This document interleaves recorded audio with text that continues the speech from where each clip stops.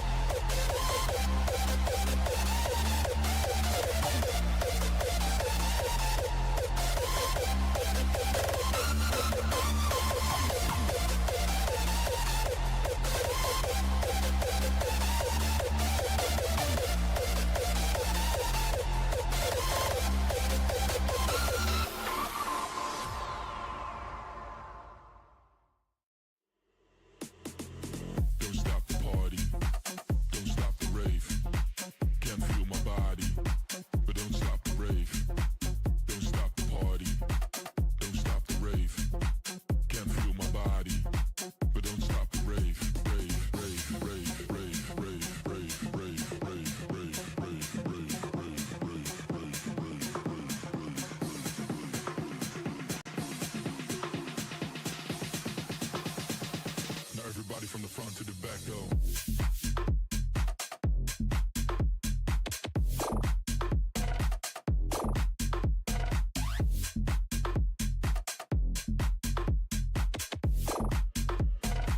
Now everybody from the front to the back, go, go, go, go, go, go, go, go, go, go,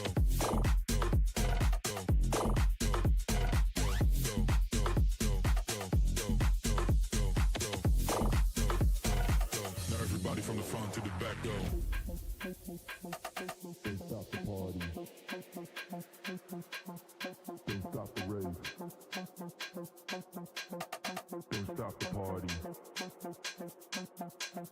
Don't stop the rave. Don't stop the party. Don't stop the rave. Don't stop the party. Don't stop the rave. Don't stop the party. Don't stop the rave. Don't stop the party. Don't stop the rave. Can't feel my body, but don't stop the rave. Don't stop the party. Don't stop the rave. Can't feel my body, but don't stop the rave. Rave, rave, rave, rave, rave, rave, rave, rave, rave.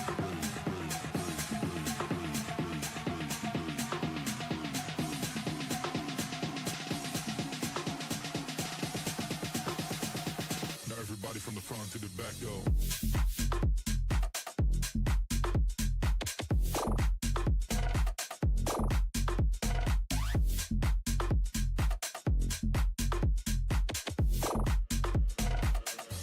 From the front to the back, go, go, go, go, go, go, go, go,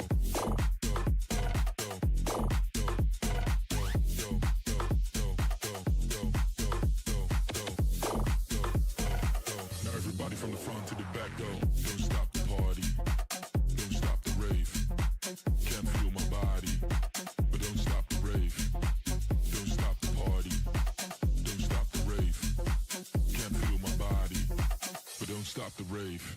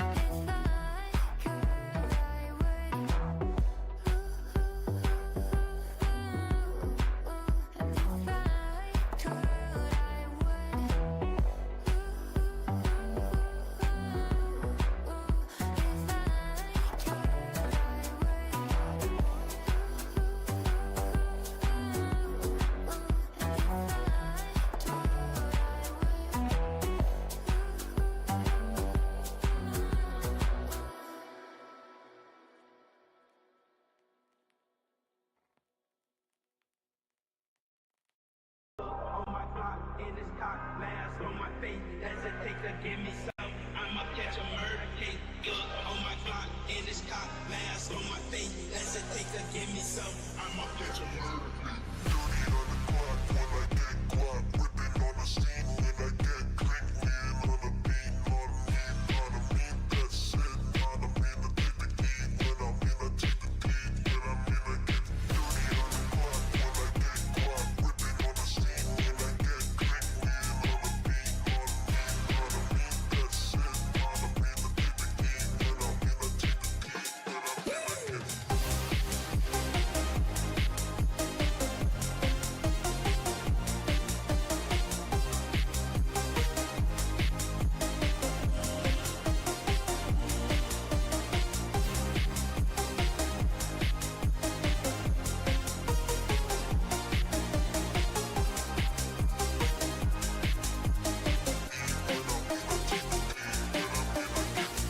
On my clock, in this cop, mask on my face, hesitate to give me some.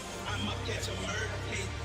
On my clock, in this cop, mask on my face, hesitate to give me some. I'ma catch a murder case. dirty on the clock when I get guap, whipping on the scene when I get clean, lean on the beat, on me, that's it, on me, I take the key, when I mean I take the key, when I mean I get dirty on the clock when I get guap, whipping on the scene when I get clean, lean on the beat, on me, that's it, on me, I take the key, when I mean I take the key,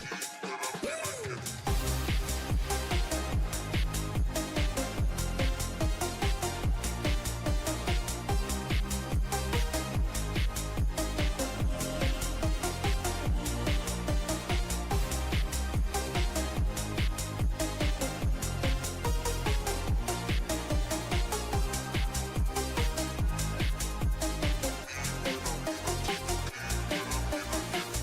On my clock, in this cop, mask on my face, hesitate to give me some. I'ma catch a murder case. On my clock, in this cop, mask on my face, hesitate to give me some. I'ma catch a murder case.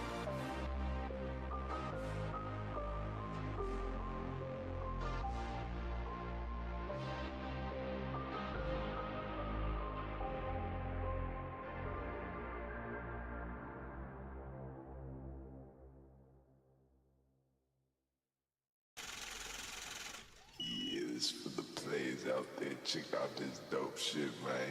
Players never down, we getting paid. Another day, another dollar living in the bay. Hustling for my baby, trying to play in my escape. I ain't staying in the matrix where they trying to get my papers. This for the players. Players never down, we getting paid. Another day, another dollar living in the bay. Hustling for my baby, trying to play in my escape. I ain't staying in the matrix where they trying to get my papers.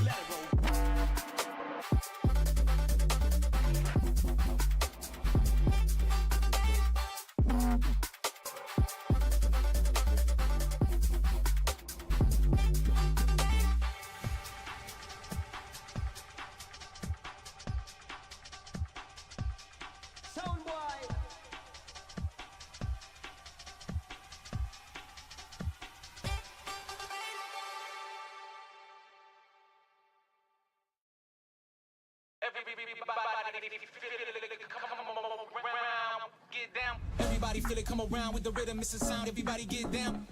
Everybody feel it, come around with the rhythm, it's a sound. Everybody get down when we give it to you. Around with the rhythm, it's a sound. The rhythm, it's a sound. With the rhythm, it's a sound. The rhythm, it's a sound. Get down, come on, get down. Get down, come on, get down.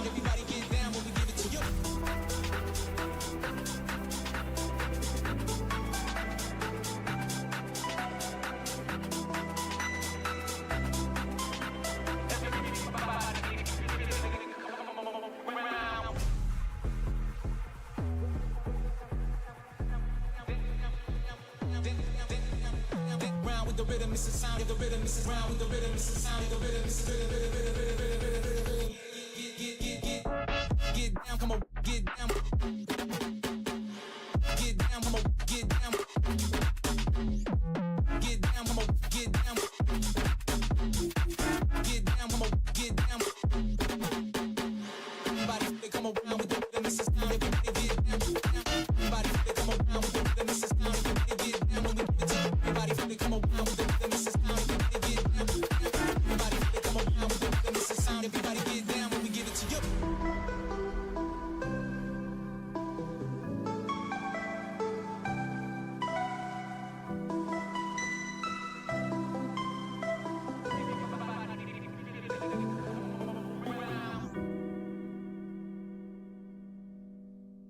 I've got the techno on my mind, standing in the club all night. I gotta move my body, body, my body, body. Take the boy inside, getting in the bumpy road. I gotta move my body, body, my body, body. Techno on my mind, standing in the club all night. I gotta move my body, body, my body, body. Take the boy inside, getting in the bumpy road. I gotta move my body, body, my body, body. Feeling it in my body.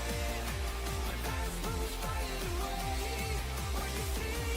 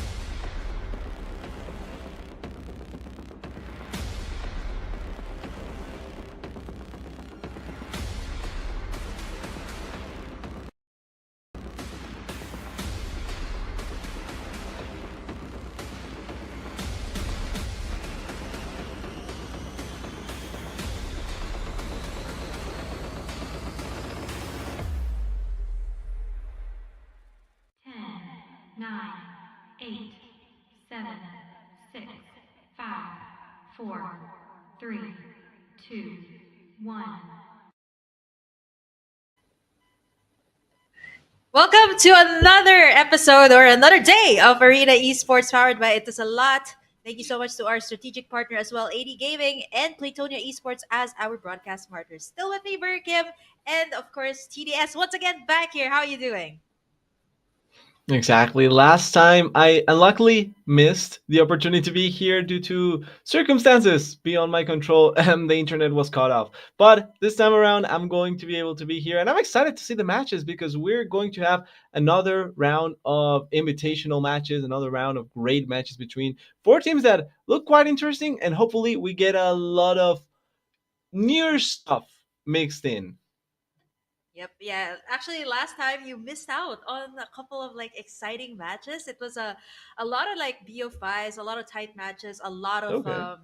I would say they really used up that BO5, but now we're going to go back of course to our BO3s for today and we're going to be having four teams that will be playing today all in that BO3. So super exciting since the meta has changed ever since we started this broadcast up until now. So it's all about the supports right now. So let's see how the teams Yep. will adjust. But how about you, TDS? Anything you want to see today in particular? Anything that you're expecting here today? Since once again we're back to our VO3s.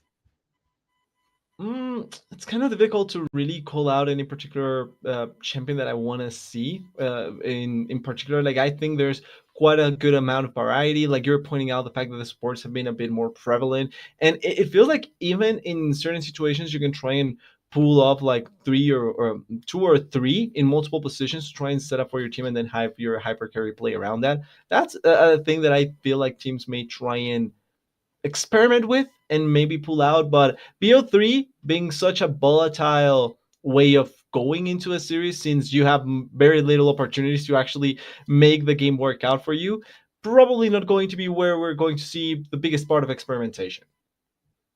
Yeah, BO3s, and today we're gonna be having, of course, we'll be flashing it later on what's gonna happen, our roadmap, and currently where we are right now, where we're standing, and where we're gonna go eventually. So yeah, today I think it's gonna be Arcantie Esports versus Void Esports. I think this was the one you missed out on last week, and Team Axe as well as Team Yeah. Revengers that will be playing today, of course, for a total prize pool of $1,200. First placer gets 650. Second placer gets 300, third placer gets 150, and the fourth placer will of course take home as well $100, $950 in cash, and $250 worth of Arena Esports points. So yep, go ahead and check out Arena Esports' page and website for more information. And as we were talking about as well, here's the roadmap. The slide arrow over there to the right, to the left, you can see it. We're currently in the invitational qualifier, where two teams will qualify to the quarterfinals qualifier and then try and reach the point of the playoffs. That's the overall attempt that most of these teams are going to go for, to reach that playoffs spot at the end of the roadmap. But currently, we're still in the second part of it. There's still quite a lot of time. There's still quite a lot of teams to try and go for it, to try and qualify for those playoffs. So there's a good amount of opportunities for everyone. Yeah, I mean, this is you see we're already in the invitational qualifiers once again with two teams, open qualifiers, and eventually they go to the monthly finals, which actually you guys witnessed last time, and eventually we're gonna be heading over to the playoffs and grand finals. So wow, it's quite a roadmap here. But if you look at it or Yep. if you think about it, we're actually going pretty fast, TDS. Like we're already here in the second one, so I'm looking forward to seeing more teams come up here on Arena Esports. So if you guys need more information, if you guys want to have some more information about the tournament, or you guys want to join in, hop in on this tournament, go ahead and check out Arena Esports for more information. Exactly. There's still a lot to check out, a lot to see, a lot to watch.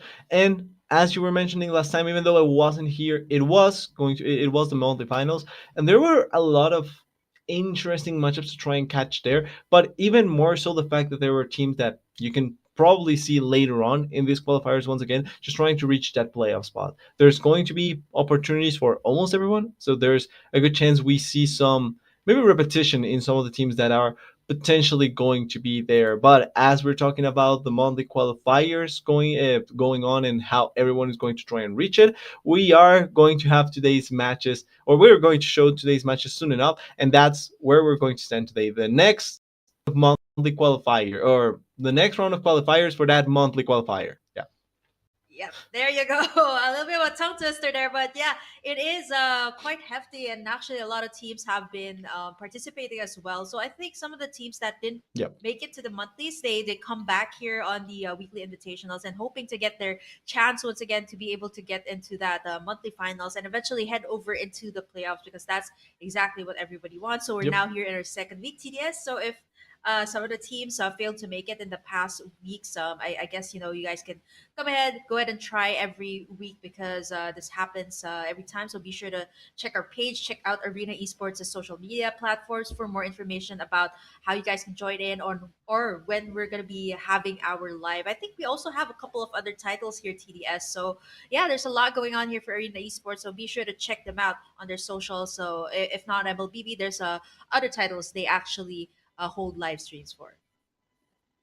Yeah, there's multiple games, there's multiple places to try and test your mind in multiple other areas. And as we were talking about the schedule here, with our first match, Arcantie Esports against Boyd Esports, and then later today, Team Axe against Team Revengers. Like we were mentioning as well, the BO3 pretty much signalizes that it's going to be the BO3 for both of these matches. Should be quite interesting seeing how they are going to go. But focusing on the first one, Arcantie against Boyd Esports, I feel like even though I'm still trying to get back into the mix, there's still quite a few things that I want to see from most of these teams, and particularly the fact that are they going to try and develop their own meta, or are they going to try and fit into the current meta that a lot of the teams are playing? There's still current competitions going on, and I feel like they probably are taking a note out of those matches coming out. hmm Yeah, actually, I think going to what you said about making their own meta, this is actually the best place to do it. But again, a BO3, there's just so many things that you can do, right? If it was a BO2, maybe Yeah. or maybe like only one match, there's it's do or die. But BO3, right? You have to at least get the momentum in the first game, and then eventually try to get in the second game and get in the series. So Arcantie, Void, these are not new names anymore in Arena Esports. Even Team Axon, Revengers. Some of you guys, if you guys have been tuning in to our live streams, these are some of the teams that are either well known in the MENA region or in other countries. On where we're at, they're actually super super popular. They're also very seasoned teams as well. So I am actually looking forward to see them here today in this BO3. So either TDS, we're gonna be casting 6 games if it all goes to like BO3 for the first series, BO3 for the second series.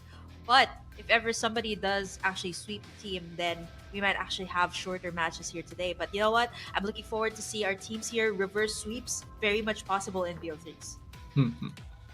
Exactly. There's always something that can end up happening with how most of these matches can go. Reverse sweeps are not that uncommon, especially in BO3s. I feel like the amount of play that you need to try and turn around the series is much lesser, since it's only 3 matches at most. So you can try and put your all into that second match and then try and reverse it. But talking about the potential length of the games, right? Since these are teams that maybe are closer in skill that we actually anticipate, could end up going like you're pointing out the whole way. But not only that, it could make it so that these games could go quite long in and of themselves. So that makes it even more interesting, because any sort of mistake can end up getting punished, and any sort of misplay that you pull off in any match can just be the defining factor in a lot of these games. Like, one mistake defines everything pretty much.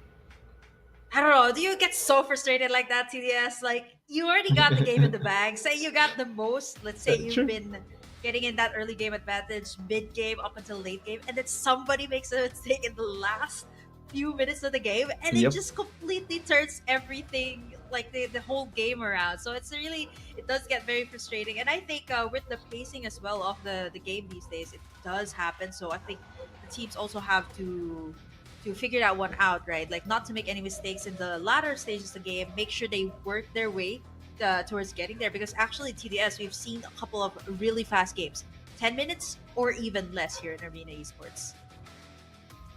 Yeah, there's a lot of potential there with that in mind, especially for the control, since there was a lot of teams that played around that super early action, just trying to dumpster the enemy team as much as possible really early on. Not only through the laning phase, but also just trying to get inside of the jungle and try and put as much pressure as possible on them. It's possible that we see those super short games if you're able to put the pedal to the metal and just immediately rush onto them. That being said, I feel like because of how much attention supports have been gaining so much, feels like there's much better chances that we end up seeing more team fights coming through later on. At the very least, around the 10-minute mark, where there's more potential for more items, more value out of the supports, and that way we see more team fighting. But I would love to see quick games as well and quick experimentation in it, especially if you're able to really dumpster the enemy team. Yeah, would you rather see like a one-sided dominant game, or would you rather see something really nice and slow, very stretched out, like probably stretched out up until like 30 minutes? Like, because I've seen that in the broadcast where you weren't here. So I want to ask you that. Like, would you True. rather prefer like a landslide snowball game, or would you prefer it like it's more balanced out, like you can't tell who's gonna win? So I'm a big fan of one-sided stumps in the first two games for both teams, and then the third game a super contested game. Okay, you get the best of both worlds. You get the landslide stump from both sides, and then you get a super close game that gets defined by one misplay. Like that's a perfect medium. Nice. I actually thought you would have gone for a different answer, but I actually like how you put it. You get both. You get like really fast games and you get a really Yeah. slow game. But yeah, I don't know about today here. Void Esports is gonna be the first team in our match number one. They're gonna be going up against Arcantie Esports once again in a best out of three. And here we have it, our draft TDS and Void Esports on the blue side, and we have here, of course, the other team, which is Arcantie, over on the red side. So we see a Novaria ban and a Nolan ban, as well as a Valentine. So Nolan, one of the heroes that has been released recently, and it's been doing so well. So most of the time, if this has been opened, Yep. high chances that teams get the win, since it's still for me completely overpowered. Time to drop the beat It's one of those cases where you release one of the newer heroes and nobody wants to play against it because you know it's really strong, and then pretty much it's completely permabanned. And it's funny because even though I do agree, more than likely you're probably going to lose if you leave it open. I feel like there's still so many underexplored strategies against it, and there's so many or very little information about how to even play with it or against it, since I feel like it's consistently banned. So I feel like there's probably good strategies to leave it open from time, but I understand the reason why most teams just end up banning it away. Mhm. Yeah, Akai and the Joy, these are staple bans, but no one's banning away any Yep. of the supports. So this means that the Rafaela, the Angela, either or these could actually slip up in the draft. Final ban. I usually see like when you're on the red side, people usually ban the Terizla because sometimes teams actually go for that for their first pick. Great CC. Very good side laner. I would say S tier as of the moment. So yeah, if this is gonna be the case, either this team will actually ban away like either support or maybe even an XP laner, which teams really are going for first right now.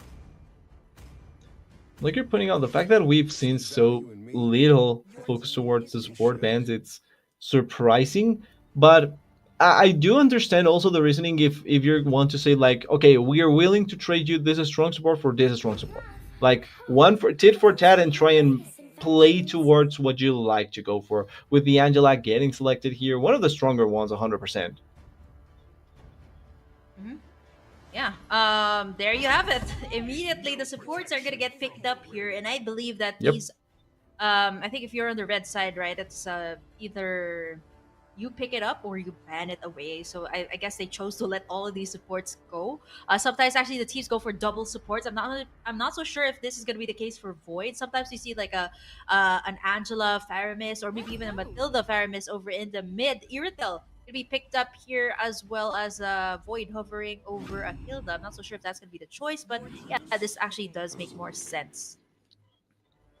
Yeah, the Matilda. I like Matilda overall. I think that a really good balance, especially with the backshot. I think that they make a really nice mix there for team fighting and how you want to go for certain picks as well. So not against those duos.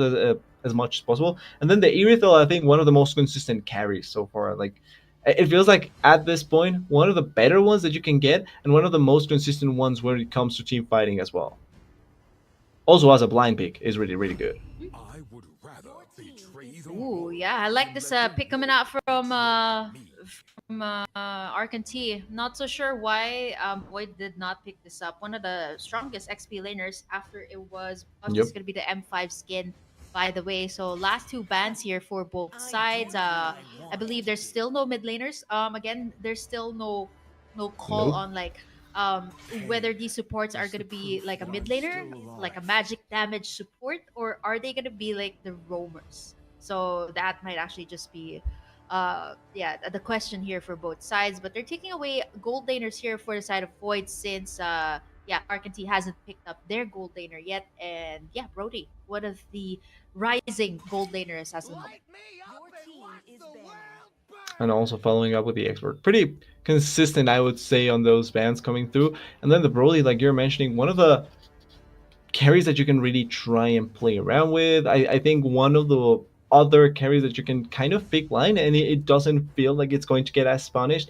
There's certain matchups maybe, but in general it doesn't feel like it's going to get as punished. And at the end that you're just taking it away and being sure that nothing wrong will go through with the last ban coming in with the Lunox. And now what do they really want to take here? I probably think they go for their carry and try to leave their counter pick or their last pick just in case. Yep, Bruno coming through.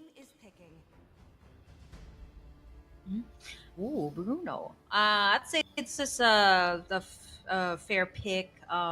Really dishes out so much damage in the late game, especially yeah, once you get farmed up pretty well. So now we see like a very solid front line for the side of Arcantie. A lot of shields here, care of the Matilda, and the zone out the backlines, meaning the Iritel and the Angela here.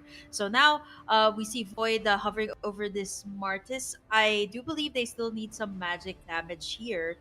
Or, yeah, I think the Angela might go to the roam position, so they still do need someone in the mid lane. But if this is going to be the case, wow, so it's going to be a mid lane Angela and a Minotaur on the roam position. So now what's left to take here for the side of Arcantie? They need the magic damage apart from the Matilda if ever this is going to be the mid laner. So either we've seen a Faramis combo, so be the thing here. Quite an interesting decision making at the end there. And now with the last one, you're mentioning the Faramis, right? I feel like it actually could end up coming through, but I'm not sure if you want to go for it. Even if you're lacking still some damage over there in the mid lane, probably want to follow tit for tat in that sense. Like, do something similar to what Boyd did and try and just outplay them. Ooh, It's going to be spot on for me. okay. Because Yeah, I've seen they this combo. I've called on really the seen this Faramis. combo. To live. Yeah, I mean, because I've seen this combo, right? If your opponents are gonna dive, they have damage. What better way to actually sustain all of that damage? You got the Matilda, you got for that second life with the Nether Realm, but this is gonna be the case. Yeah. Looking at the composition here, TDS, I'm expecting that there's gonna be a lot of team fights here because so much mobility for both sides. Yeah, I was mentioning like going tit for tat with what Boyd was going to try and do and maybe answer equally without going for the Faramis. But technically speaking, Faramis does fit into that idea of going into the team fights as well, right? Like you can still go into multiple team fighting with the Faramis and still be able to play into the idea that Boyd wanted to go for. So overall, not obviously not the worst of decisions there. And then in that sense, the trying to play for team fights, I feel like it's not a bad idea in general, but it does get its risks because one, like we were mentioning, it does mean that maybe we're going to see a game that is going to try and go for at the very least a bit longer, and that means that one mistake really could just change everything up here. So the teams have to be extra careful about how they front or try and go for certain fights. Yeah, my worry here is gonna be how aggressive are these XP laners gonna be because looking at their Uranus, you can pretty much say that it is still pretty squishy in the start of the game. It does not have any items just yet. And now let's see how Ronix will deal with this Uranus that can really soak up all the damage once it comes to the late game. But yeah, we're seeing standard rotations here. The mid lane the mid laners rather, going over to the XP lane to get that level 2 before they go over to the mid lane, which gives them a little bit more room to rotate around the gold later on. But we're seeing Abo here on the Uranus, being very bold there, actually. Oh, really good Just collapse. tanking up all the damage, but not for long. And there we have it. Arcantie draws in the first blood. That was a bit too bold, right? Like what I was saying. The Uranus does not have any items yet at this point. And doesn't have any support, although they are trying to make a bit onto the damage here. Really nice pullback, but it's not going to turn into anything. And following up on that, it's not only the fact that the Uranus doesn't have the items to actually play around this, but he was also trying to push too far forward when on the minimap there's no one nearby to really try and support that sort of aggressive movement, whereas Arcantie immediately recognize this, move around as a unit, and they are able to collapse into the Uranus and take him down really quickly. Ooh, a ward. Oh, that is There's close the there. realm almost being popped. Yeah, too close for comfort, I would say. There's no level 4s just yet for Arcantie and even Void, so I think everyone was just a little bit too hesitant to take in that clash. And now here comes the first turtle of the game, TDS. This is very vital for the teams to take, especially since you need this to scale up. And so far, Void Esports, right? Their XP laner was just taken down, taken in earlier, so it's going to be such a struggle to bounce back from that. If this momentum heats up for Arcantie, they might actually just get in the items, or they might just get a snowball here if ever that does happen. But we're seeing Awad actually starting up this turtle already at half HP, but Kenji, he's going to be a little bit fast. He's Kenji. actually just going to roll right in. And here you have it. Turtle, who's going to be able to take it? Heart Guard has Oh, been they up, got and a Awad turtle. will be able to steal the turtle. And now we see Naze Jr. going in for the knockup, but it's not enough. Mio as well, all alone there, forced to flicker out to safety as Arcantie. They still win the trade-offs. They still win that fight, despite the fact that Void was able to steal that turtle. Yeah, the turtle is collected, so at the very least you can say that Boyd has a bit of a victory in that slight fight, but the team fight going completely against them, Arcantie forcing it really nicely and keeping so much control of it, because they initially lost the control over the terrain. They didn't really have the initial engage potential there over where they wanted to go, but their way of team fighting was really nicely set up, and you can see the duo there with the backshit just being able to rush in really effectively and be followed up really effectively as well as soon as possible. Yeah, we see that Arcantie, this is a composition that's willing to take in the dives that Void is gonna do, because they got a Fire Mist. They got that Nether Realm for that extra sustain, despite, and also the fact that they have Matilda here. Raven already with 2 kills here on the Matilda. And now we see that Arcantie, they are on a 700 gold lead, almost going to 1k, but it's not that much just yet. They hear of the No. fact that Void actually took in that turtle, but we have to actually see what's going down there over on the gold lane, because later on, Ronix. those are the ones who will be having the damage later on. We're starting to see some engage here, but the T's actually going to be backing away because Turtle's going to be spawning in just a few seconds. With Arcantie, they're looking really good right now. Yeah, but forcing out a bit out of Ronix, making him not be as valuable for potential fight over that turtle as soon as it spawns. Although going for Mia and actually taking, oh, that is so close, almost killing Mio there, but this will secure them positioning for that potential turtle fight. Turtle is going to be started this time by Arcantie. Kenji already starting it up here. We see Raven and Smile as well going Can they in secure it? for the assist here, but wow, okay, they're actually gonna back away because there's a hard guard here. We lost control, from yeah. Void Esports and Awad. Yeah, once again, we'll be picking up that turtle. And Kenji now Ooh. punishing Naze Jr. And we see a lot of sustains, a lot of heals, but it is gonna be Smile picking up that double kill, popping in that Nether Realm just in the nick of time. Beast as well going in for Pharaoh. Is he gonna be able to survive? It's just one more. Flickers in and gets the kill. 4 kills for Arcantie and none for Void Esports. They have been taking the turtle CDS, but is that enough? Because that's 2k already going to the side of Arcantie, cleanly doing their job in those team fights. Well, it's a great consolation prize, because at the very least you get something, but in general, I was about to comment for how they were going to take the turtle and how they ended up taking it, because we need to remember they forced previously Ronex's ultimate, and that way they to set up fortified. Wait a sec though, Nasiak. Oh, they get another one. Yep. They're gonna take And it's down even more the Nace Bruno is Jr. so strong. Yeah, I mean, despite the fact that Beast does not have any mana, he's been taking out this Minotaur. And what's making it really hard is Nace Jr. has been bursted down before he could even make any setups. He had a Yeah. really good one earlier in the turtle pit, but there was no follow-up, there was no damage just yet, because we're talking about supports here on the mid lane. I'm talking about the Paramis here, I'm talking about Mio on Exactly. the Angela, but we haven't seen Mio shine just yet. And now we see that Arcantie, they're actually setting things up here on the bottom side.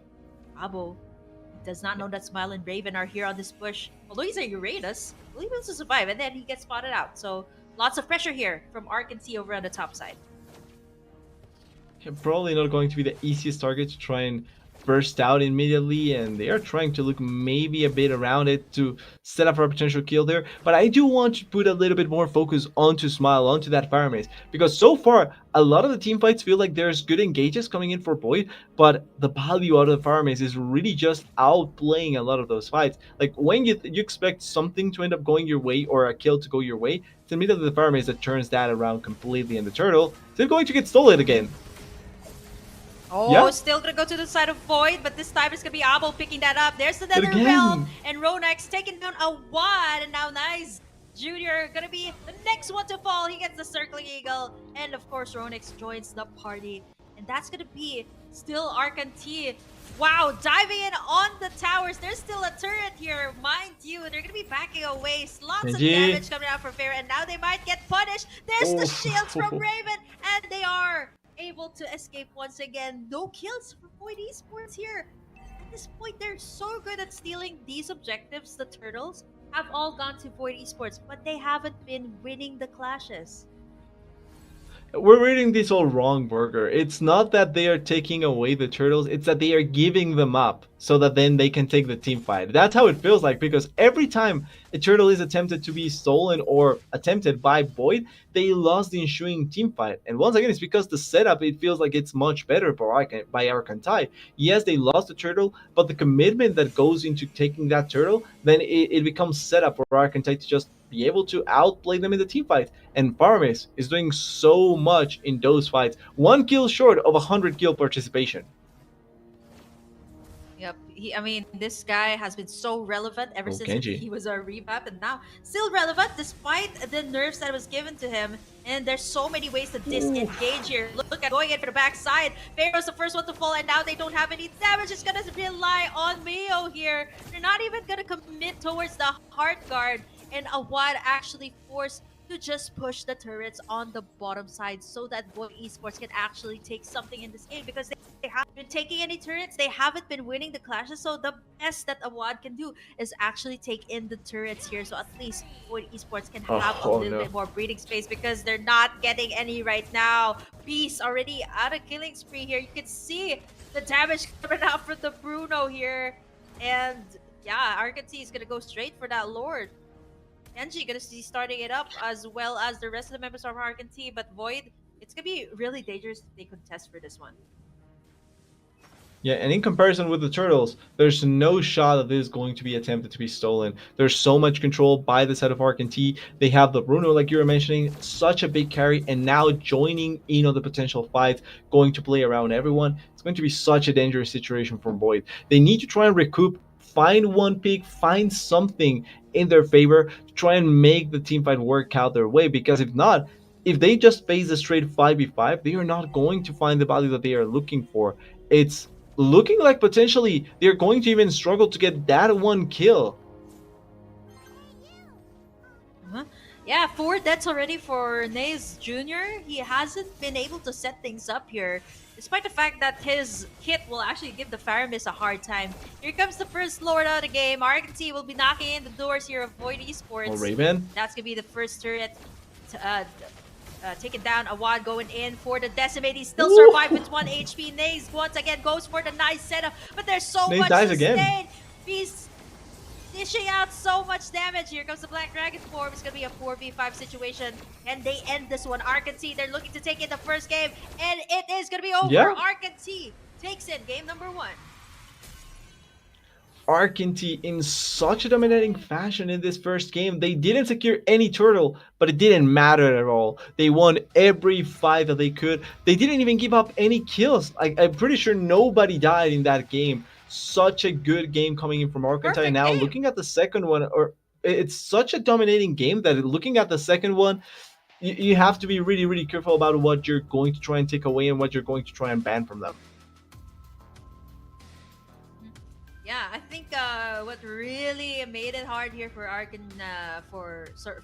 for Void Esports rather, what made it really hard for them is they they did have the Minotaur, right, to deal with the Faramis. Yeah. After the Netherrealm has been popped, it's over. He goes in for the setup, but there's no follow up. There's no damage. They don't really have that much AOE as compared to Beastus Bruno that scaled up pretty well as compared to Pharaoh. So congratulations to Arcantie for playing this out really well. And it was actually TDS. I think this was a perfect game for them. No deaths at all for anyone, if I'm not mistaken. I think they lost one turret though. I think they lost one Yeah, turret, just so one that's why turret. I wasn't calling the perfect game. But technically speaking, it should be nobody dies. Yeah. It's actually a very clean game, I would say, for all of the players here of Arcantie. 100%. And they played it out really well. I think I have to point out, though, the Minotaur was a little bit... I guess they were trying to counter the draft here of Arcantie, but it was so hard. He had like 4 or 5 deaths for the Minotaur in that entire Yeah. game. Yeah, it wasn't pretty. Like the idea of the Minotaur, I don't think was necessarily the wrong one, but it feels like since the start of it, every time that they were looking to try and set up, even if they secured a turtle, for example, they committed things that the Minotaur wanted to have for the ensuing team fight. And in that sense, then you're kind of handicapping yourself because your cooldowns are so crucial for them. The Minotaur never really got the right setup. The team was always kind of forcing themselves into the turtle, which don't get me wrong, securing the turtle is fine, but you need to understand that there's timings for what you want to secure and what you want to do after that. And I think that they did one part right. They didn't did the second part of that right. And every time that they didn't do the second part right, it was perfect for Arcantie to just try and secure their team fights however they wanted. Yeah, and you know what? I think Arkansas was a little bit less aggressive once the Angelus ultimate has been up. So like once they have the hard card Yep. there, everyone just backs away. Even Kenzie, right? Like you're the one soaking up the damage. They backed away from the turtle, which actually I think I think Void actually took in all the turtles. The last one was stolen by Abo, the Uranus of Void. But other Yeah, than that, actually, yeah. it was all Void Esports. It's weird, right? Like the gold actually balances out. Even though you're losing clashes, the turtle at least gives you a little bit more XP, a little bit more gold. But you know what? Void just completely, um, ignore the fact that there's still team fights here, and the team fights have always been won by Void Esports. Let's take a look at this replay here, our Yep. highlights for this game number 1, and let's take a look at what happened here, TDS. Yeah, and you can see the turtle already dying here. It feels like maybe with the overcommitment from Arcantie was going to be too much, but they just turn it around, and the Minotaur is always there stepping forward. But he's just getting collapsed on really, really quickly. The setup doesn't feel that good because he's going kind of by himself. And then when the rest of the team is ready to respond for Arcantie, they don't actually give them enough of an opportunity to actually play it out really, really well. And once again, we called it out, or we talked about it quite a bit in draft, and it performed amazingly well in the game. And it's that Faramis. Every fight that also wanted to be played for Void was almost always immediately counter-arrested by how much value this Faramis has.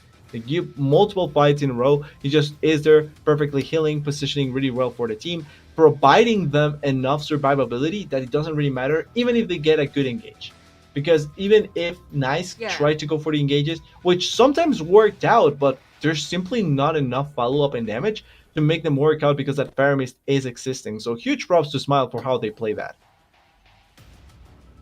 Yeah, this was the part where they almost got taken down. Someone would have been taken down there, but the shields from, of course, the Matilda played a really, really big factor here for Void Esports. And we see this, I think with just one Lord, right? They were able to take in the crystal here of Void Esports. I mean, this is a Bruno, right? That Yeah. has been, you've seen all the basic attacks dishing out so much damage. This is once again, I'd like to commend the Nice Junior here for setting things up once again for Void. But then again, everyone backs away. Either everyone backs away because they're really low, and then they aren't able to answer to the setup being made there by the Minotaur. But other than that, right, Arcantie just played so well in this game. The timings as well of the ultimate, the Black Dragon form, and the Nether Realm was actually key to why Arcantie won this game.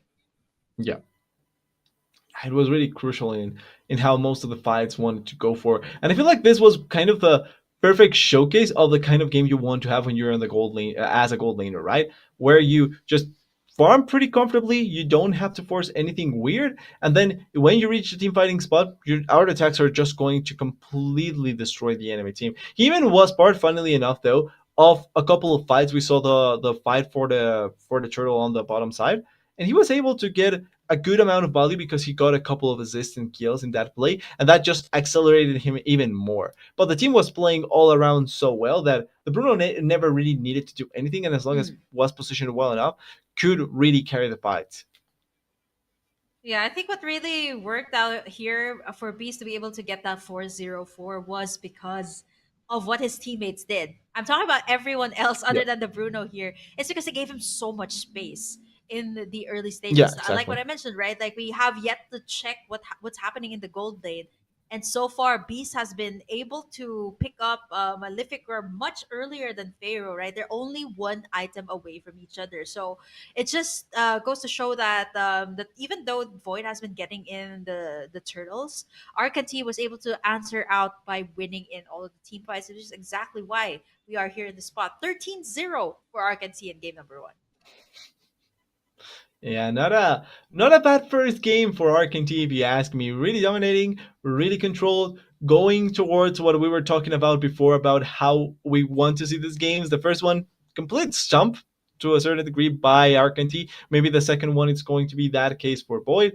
But at this point now, Boyd needs to find answers to what we saw from Arcantie. And particularly, I like the idea that they were looking for in terms of the team fight, but the issue is that you need to be able to play around with certain amounts of damage. And if you're not going to have damage join fight until the later portions of the game, you have to look for other kind of plays. And I feel like they never really tried to do that. So I'm looking at if they're going to change their pick and ban phase particularly, and also if they're going to change any bans, because I think that maybe that Yushang should be looking into.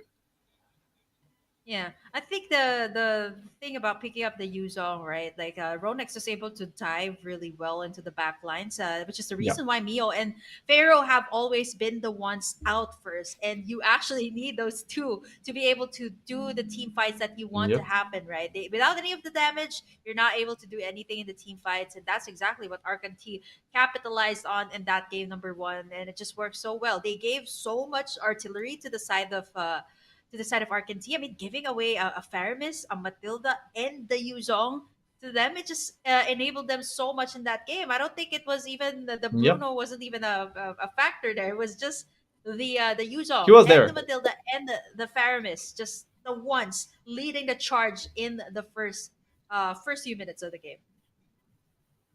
Yeah, exactly. Like if you have the diving potential, and not only that, you have the diving partner with the Yusheng as well, the backshine, the Yusheng going in onto that backline really effectively. But then you have that safety net from the Faramis because you know that nothing bad is going to happen when you have the champion close by. It's really easy to make everything work out as we see the second game starting with the second round, with the first round of bans coming through, and pretty consistent in a way.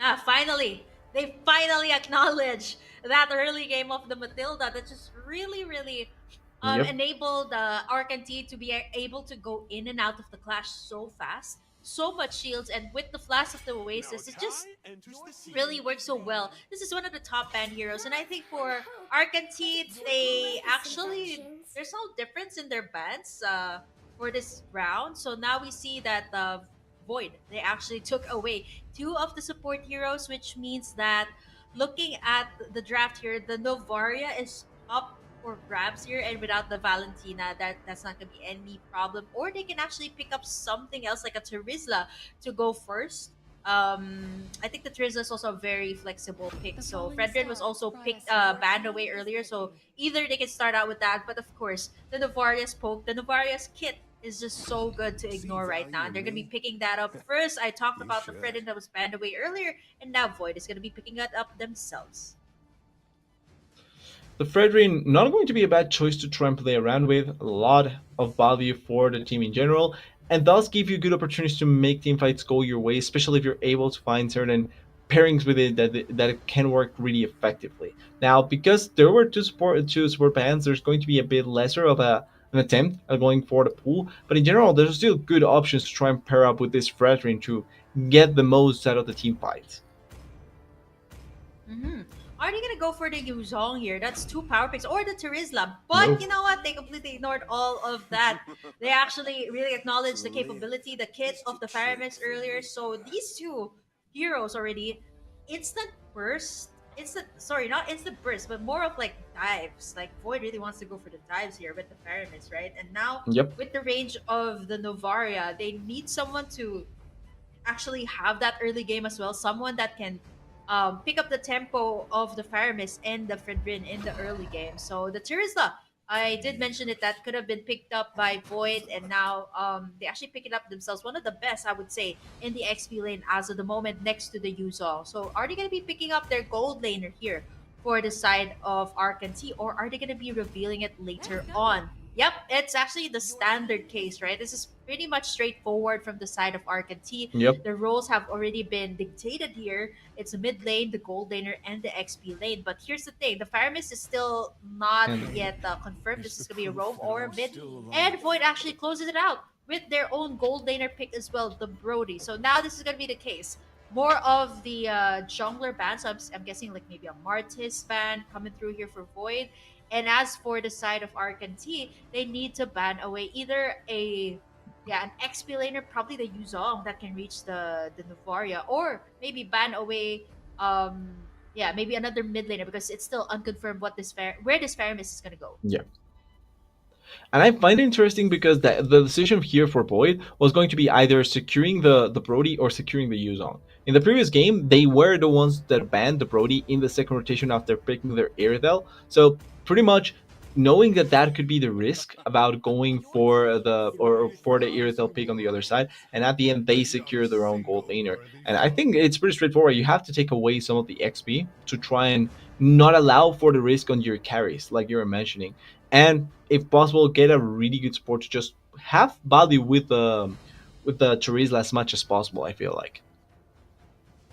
Ooh, yeah, they definitely need like CC to deal with the Faramis. I would say that the Minotaur is still a pretty good pick here, but there's just I guess there's the taunts from the Fredrin, and if you get hit by the Brody's basic attacks here, it's gonna completely shred you apart before you can even do anything. But they still do need some CC here. I'm thinking something along the lines of Atlas, Krufra would do so well here for the side of Rakaya. Arcantie. So either or, right? These heroes, they need to be taken Yeah. care of. And is Void gonna take away another jungler option here for Kenji? The Baksha has been used earlier, and it's so good up against the Faramis and the Fredrin anti heal. So they're either gonna have to deal with the jungler or the roamer here. Yeah, the Kaya Spot on. taking away from that amount for that CC that we were talking about, and I think pretty smart knowing what you have on your side. Not gonna lie, but the back is still open, like you were mentioning, and I feel like that is going to be a bit of a risk unless they take them for themselves and try and play around that elsewhere. That could also be another option, trying to flex around with that backshot themselves. Minotaur will finish off what was left Ooh, undone. they actually take away the Minotaur themselves, actually gearing up for the fact that, yeah, the Minotaur could be a problem for them, especially since there's a Faramis there. So there's that additional sustain once they do the dives. Although I do like this lineup from Arcantie. They have a good amount of range and a good amount of AoE. But on the other side, though, we have Void Esports. They got a good amount of sustain and burst damage once it comes to the late game. So now they still do need that roamer. They still need that XP laner. And I think a usual would still be very good to deal with the Novaria and that Iritel on the back Ooh. lines. This is also another pick, a lesser a lesser popular choice these days because it's more of like a export, Yep. it's more of the usual, and now wow, super mobile from the side of Arcantie,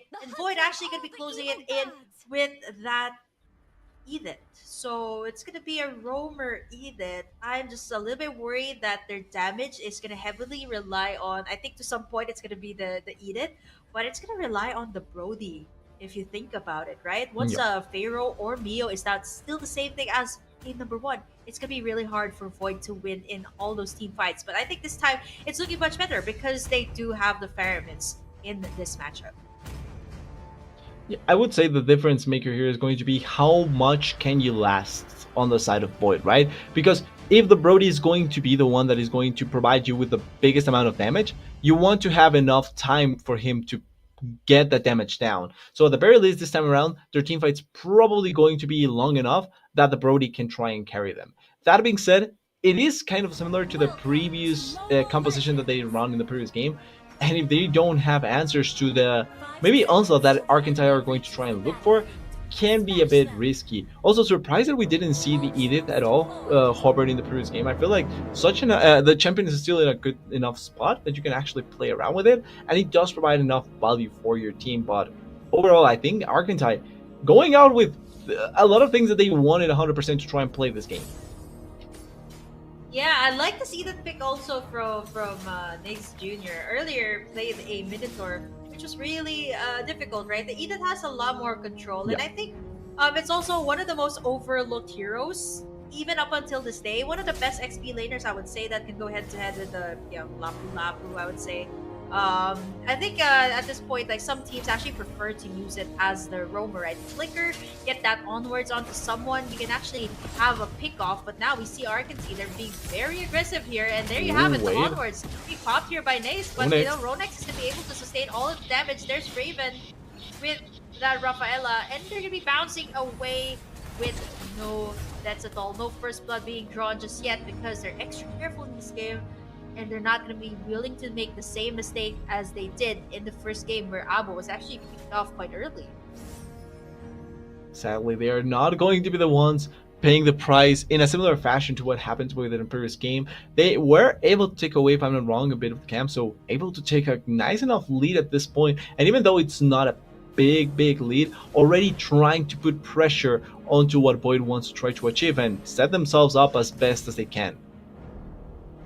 There's so much pressure as well on the XP. Like Smile hasn't left that lane. He just reached level 3. So he's been camping out there for quite some time, making sure that Ronex is able to gear up before the turtle fight. And speaking of, there is Kenji. Gonna be starting up this turtle once again. Let's see if Void Esports can manage to get that steal because level 4's... Oh wait, Awad's not even level 4 yet. So Arcantie, they're just one level ahead here. Actually make that 2 levels ahead for Kenji. He's He's already really level strong. 5, but yep, you see that Void Esports, they're actually putting Nice. away a lot of resources. Flicker, there's the Nether Realm to be able to sustain, but there's Ronex It's not with going the to be enough. backup and Nace Jr. First one to fall, Kenji as well. That's gonna be a double kill for Ronex. He's still gonna go at it, and the rest of the members here of Void Esports, they pack away a 2-for-1 trade. I'd say in favor of Arcantie. They took down 2. They were able to respond to the aggression, the initiation that Void Esports was able to do, and now they actually win that fight. So again, the turtle is gonna be the main target here. Oh, Gonna be Ronex the alone? main, yeah, gonna be the main target. But Ronex, he's all alone, and he's gonna get punished there as Smile is not gonna be able to save him once again. As Void Esports, they pick up a kill, and they're gonna go straight towards this turtle. I think Kenji's gonna be willing to let that one go, although I think the rest of the members here of Arcantie, they're gonna be trying to contest this turtle. Not so sure though. There's a holy baptism. Awad picks up that turtle. Void Esports, they are looking a little bit better here as compared to game number 1. Yeah, 100%. Much better start. Already getting kills is way better than what happened in the previous game for them as well. And Baxia wasn't even close by to try and contest the turtle, so it was going to be really difficult to actually get anything going. And the team fight there before that we saw where they were able to kind of contest between themselves. Oh, well, the team fight there that we saw contesting between themselves, it wasn't really a bad team fight when you think about it. It's just that the Pharomys really was in the best spot possible, and they kind of got caught out of position really quickly. But as soon as they were able to find a couple of picks already back into a really comfortable spot in the game, they have the gold lead, even if it's really, really slight, and they also get the first turtle once again. They are doing a really good job at keeping control of those turtles in both games. Yeah, so I think at this point we have to figure out how, or Arcantie actually has to figure out how they will deal with the Faramis in clashes, because it seems like that is the problem, right? Once the Nether Realm is up, everyone just doesn't know what to do, and if you don't have that hard CC, like I think at this point their only CC or their hard CC is gonna have to be Ronex's Terizla. Other than that, they don't Yeah. really have much. It's only the Rafaela of Raven there to have that holy baptism, but again, that's not a lot, right? As compared to having like an Atlas's Fatal Links or having that Kufra's Tyrant's Revenge. So it's really different, right? So Yeah. we're talking about supports here, and again, the sustain is just too much here as of the moment from Void Esports. So if they can keep up their momentum here, they took the first turtle and they've been winning the clash. I think this just stops the bleeding as compared to game number one, where it just landslide fireball, snowball for the side of Arcantie there. Exactly, like you're mentioning, the previous game it was only in the snowball rolling as big as it could and pretty much stomping on everything in its way. This time around, it's going to be a bit more contested, it feels like, since even though there's a lead for the side of Void, it's still pretty close. Like, there's nothing really set in stone. They have good amounts of control, they have good amounts of team fight that they can go for, but there's also tools for the side of Arcantie to really try and set themselves up in the team fight. Particularly, yes, even though it's a lot on the Terizla CC to try and get things going, they have high burst damage coming in on their side. Like, they can actually try and pick up someone, burst them out, and then try and play the team fight with the numbers advantage. That's something that they can try and look for that I feel like the side of Void may not respect enough, and then out of nowhere they are down a member without really being able to play the team fight accordingly. Mhm. Yeah, I think at this point, the damage dealers here for the set of Arcantie are still picking up their items, right? So they aren't really willing to go Yeah. to the for those team fights, which is actually why Void Esports has been forcing out these team fights, right? The Faramis, they got the Faramis, they really don't have much to worry about. They also got the Brody here that deals a Yep. decent amount of damage in the early game. So we're gonna have to wait and see how they will play it out here for Arcantie, because Void Esports, they're catching up real quick here, and so far, early start of the game, it was a bit different this time because they've been winning the clashes as compared to game number one. They were able to pick up the turtle, but the team fight they lost it. So Yeah, overall, it's still a difficult spot to be in as Void, and even though they are doing really, really good right now, they are finding good plays to make it work. It's still really early on in the game, obviously, but also they have the added pressure that they are behind a game in this series. Like, they need to be the ones to find the right medium for this game, because if not, they're going to lose it out. They are the ones with the back against the wall, the back against the wall, and they need to be able to execute accordingly to it. As we see the current score, yep, Arcantie winning it as of now with the 1-0 score. Still enough for Boyd to try and turn it around, but they need to find these sort of plays and set themselves up for success. yeah, because so far 1-0. So if Arcantie is actually already on their match point, so if they win this one, it is going to be them moving forward here in our invitationals for our second week. But if Void Yep. Esports manages to snag this game away from them, they can actually force it out to game number three. So again, it's still too early to tell here. Once we pause the game, it was more of yeah, both sides, the two kills, slight advantage towards Void Esports since they got in the turtle. So again, we still have to wait for the call here from our producers to find out what will happen next. But we're currently on a technical pause here for both sides, and we have yet to see what will happen. Again, a BO3 here in our match number one between Arcantie and Void Esports. We still have, I think, TDS, we still have our match here. Still the same format. It's still a BO3, which Yeah. will be happening later on.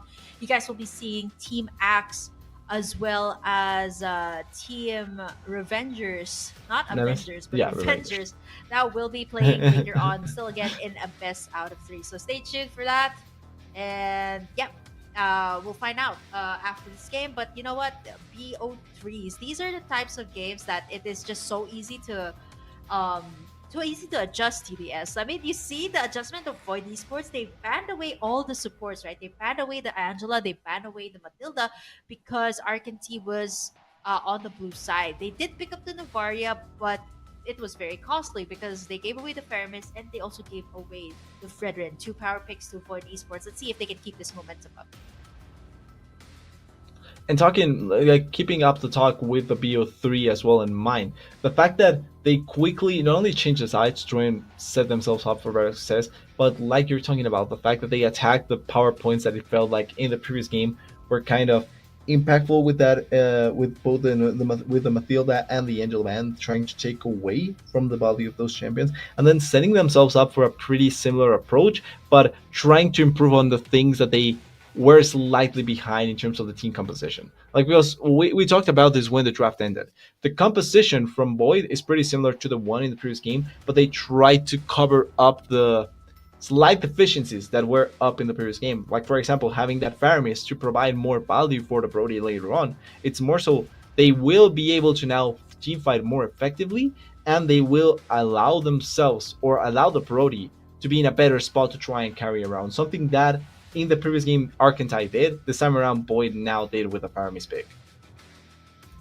No, I think the Faramis, even though it's not like the support that's affected by the new item, the Blast of the Oasis, Yeah, it's still pretty relevant, right? Like when you want to have that dive setup, it really works so well. And I think it really boils down to what kind of playstyle you want to execute. Void, as far as we've seen in game number 1, they are the aggressive type of players, right? They were willing to do the dives, they were willing to go in for to all those clashes, but yeah, they just it was really difficult for them in game number 1 because they didn't really have that much to deal with the Faramis plus the shields of the Matilda. I think it was just too much to give away to Arcantie, but this time I think with the Faramis in the hands of Void Esports, if they give the space here to the Brody, it's gonna be so fast in pushing the towers, right? As compared to the Iratel that still needs at least like probably like 3 or 4 more core items before it is able to dish out the damage. But let's see if Void Esports can keep this up. But I like what I mentioned, right? If the Faramis is out,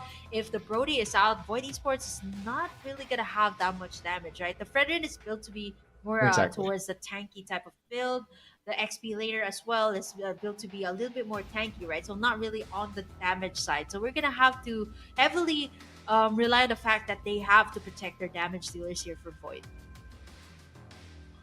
And it's going to be, or at the very least, I want to add onto the Faramis point, because one thing that it's funny to me in a lot of cases that I feel like teams, when there's slight changes in items or things like that, like they focus so much on that particular change that they kind of forget the whole panorama.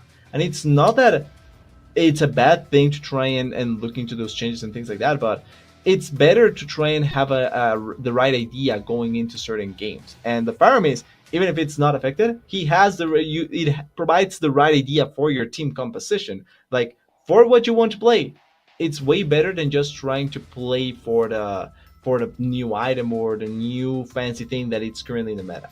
Like, sometimes it's better to go for that, but in general, try and keep the identity of what you want to play as active as possible, and that's exactly what Boyd did this time around. And if they can allow for the Brody to carry, then it's going to work marvelously. Now, that is thinking if the Brody is going to be allowed to carry, right? If the Brody is going to be there to provide the damage, because if they don't have the Brody there, or if it gets killed really early, or if it gets picked randomly somewhere, then that can change a lot of the dynamics in team fights. And like you were mentioning, they will probably be lacking a lot of damage in fights if the Brody is not present. Yeah, the Beast though, I think here with the Iratel, right? There's so much mobility for the side of Arcantie because they got the Rafaela. And speaking of mobility, here it comes. Void Esports, they're able to sustain, but first one to fall, Smile, gonna be able to. I think these are the highlights from the previous game. game. First game. Yeah, the highlights from the first game. I actually thought we were back because that's actually. This was actually the same spot that we paused the game earlier on, but this was the highlights actually for game number. I was so excited to cast it, but yeah, you know what? Looking at Arcantie in this game, the draft worked so well for them, right? Even though there was an Angela, it just completely nullified the fact that they just wanted to go in for the dives, and the NetherRealm was really a big factor here, as well as the Matilda, for them to disengage on the dives that they don't want to commit to, right? Like just like this one, Kenji and Smile. They were taking up so much damage from Pharaoh. Apparently not enough just yet, but look at that, just one shield, one guiding wind away was able to lead them out. Yeah, the difference between one shield, one heal in those fights really was present for Arcantie, and it allowed for them to just go as crazy as possible inside of the enemy base or inside of the enemy space, and it just worked out so amazingly well for them. This time around it's going to be much more difficult since they won't have the consistent shielding or the good amount of shielding that they did in the previous game, but I do think that there's tools for them to try and replicate this. Like, they have to be a bit smarter in how they approach fights, but there are still tools for them to try and make this work out, and particularly to try and make themselves be as strong as possible if they really want to force fights. Yeah, the Fairy Mist was just the key to all the team fights that just happened there, right? Like, even though there was the Angela's heart guard there, yeah, Fairy Mist just I think that's gonna be the key, or that's gonna be the story here if ever Void actually does pull this off, right? Fairy Mist, the Nether Realm, it was actually nerfed. Like before, it was so OP TDS. Like you pop in that Nether Realm, like despite even if you're outside that Nether Realm, you still get revived, or you still get that second chance, or you still get that additional HP from Fairy Mist's ultimate. But now it was nerfed. You have to be closer to each other, pretty much like how the Estes' ultimate works. So I think it's a bit different right now. So I'm actually wondering, speaking of the Estes, I'm actually wondering why no one has picked it up yet. It's actually open. It's actually open for the taking. Corrine as well. If we're talking about supports, right? But it seems like these teams, they just want to go in for the clash. It's gonna be a little bit more difficult now. Early game here with the Fredrin. There's the Turtles Passans being popped here by Kenji. He's gonna get taunted here by Awad, but I think there's not gonna be much happening. Awad actually gonna be first one to fall, but nice. He is actually gonna be able to take one for the team. A double kill for Beast. Wait, Beast? What? There's Sabo to finish the job. Is there gonna be another one to fall? It's gonna be a double kill. Raven's falling down really low, but he does not have the bravest fighter. And there you have it. Another one falls. Ronix gonna be able to zone Abo away. Smile still up, but he's really low, unable to get that snipe onto Mio. And that is gonna be Void Esports once again winning in the clash. But I like the counter punish that Arcantie was able to do. There's the one big difference in that fight.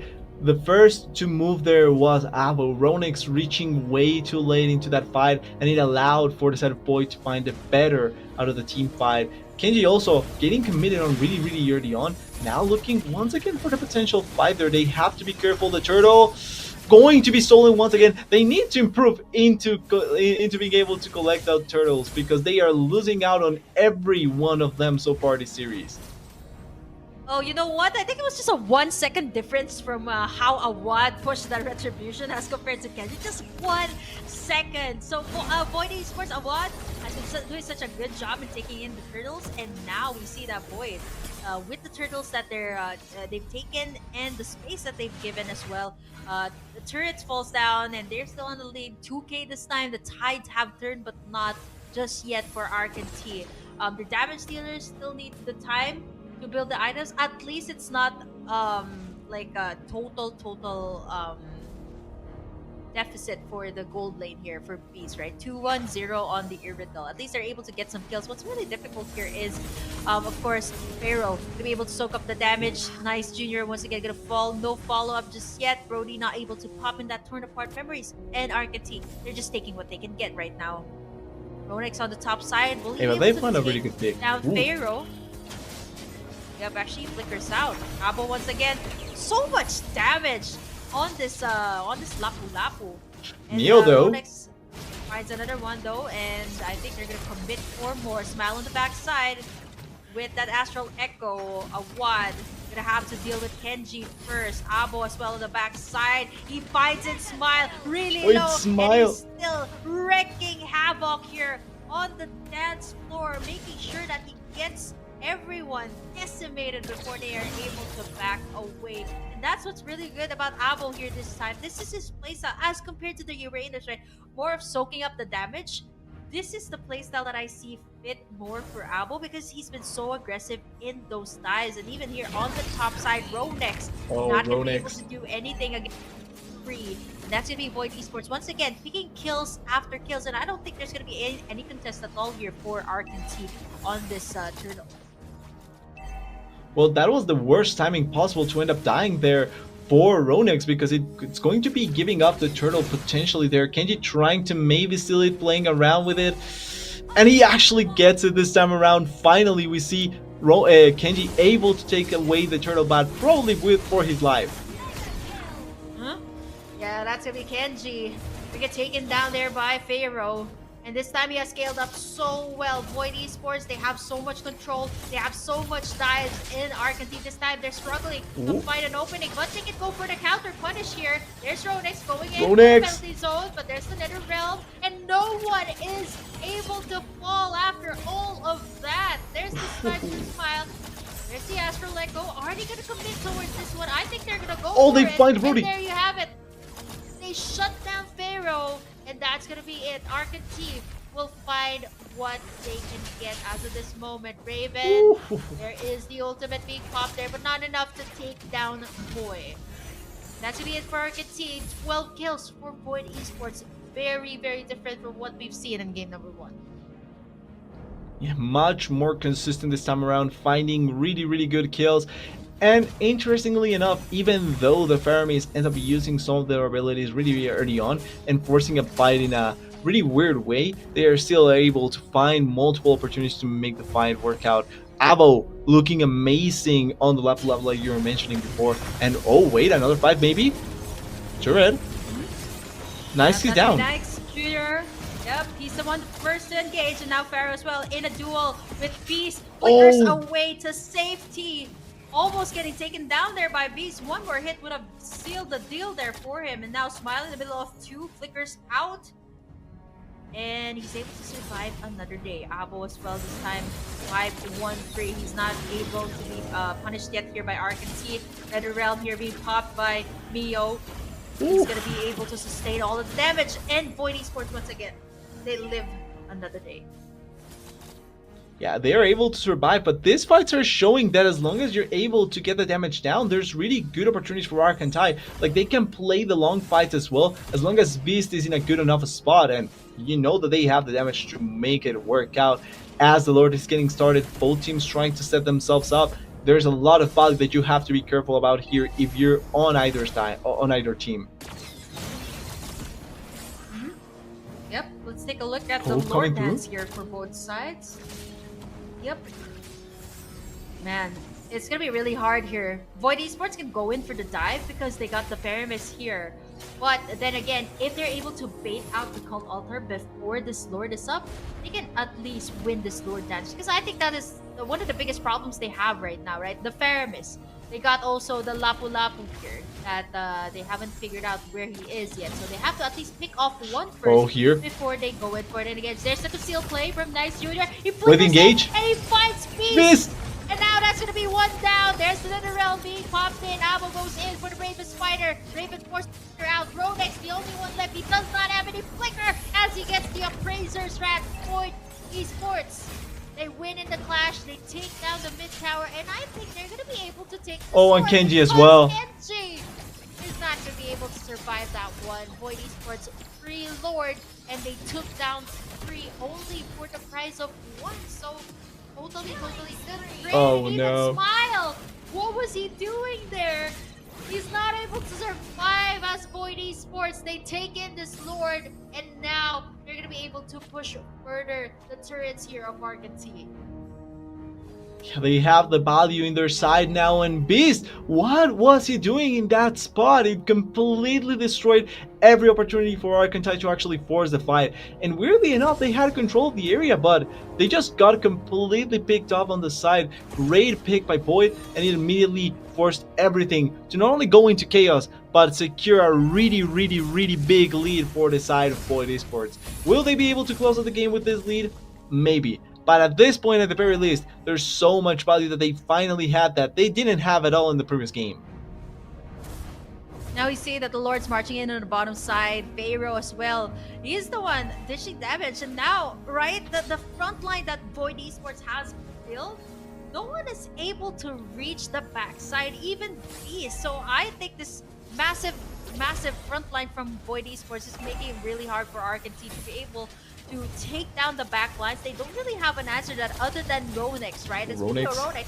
He goes in for the penalty zone, but they're gonna be able to survive and save this tower on the bottom side as Void Esports. They're just gonna be continuously pushing in. It's gonna be really dangerous, right, if someone goes in for the engage, because Arcantie, they only got Raven here, and that's not really the front line. And see once again Kenji. and onwards from Nice. Oh, wait, they killed what? But Kenji's really low. There's another realm. Mio's gonna be able to pick off Kenji. And Abu forced to flicker out Rodex with 1 HP. Pharaoh, is he gonna be able to make it? Will he get outplayed? Ooh. But he doesn't. Instead, he takes down Ronex. Instead, 4 members still alive here for Void Esports. 2 for the price of 1. Arcantie, as of the moment, they're really, really struggling to find an opening, struggling to find the pickoffs here as Void Esports. They're gonna be pushing in here. And even though, wait, they are still trying to go in, they have damage on the side of Arcantie, but I don't think they will have enough to close out on some of the kills. They had the initial kill into Watt, but it wasn't enough for them to try and set up to contest on the team fight. And once again, the Faramis is just so strong. First picked on the red side, and it's doing marbles for them. It's really difficult to make a lot of arguments against this pick, and I'm expecting to see it either banned or first pick in the next game, if there's a next game, right? It just feels so oppressive in most of these fights. I think there might actually be a next game, considering if Void Esports manages to landslide with this, because there's just one inhibitor left and it's only standing with just a hairline of HP there. Yep. So I think the base here of Arcantie is really, really low, very open. So if there's a wipeout here, Void Esports can go straight for the push. And now Raven. Awan as well. Genji, he's soaking up the damage. They're taking up too much from Mio's Paramis, and now Kenji as well. He's gonna be able to stay, but not for long. The burst damage is too much here for Pharaoh. And look at that, torn apart memories. Yeah, that's They it. actually even make it better for Void. And now it's only Ronex and Smile left to defend the base. I think they can end this one.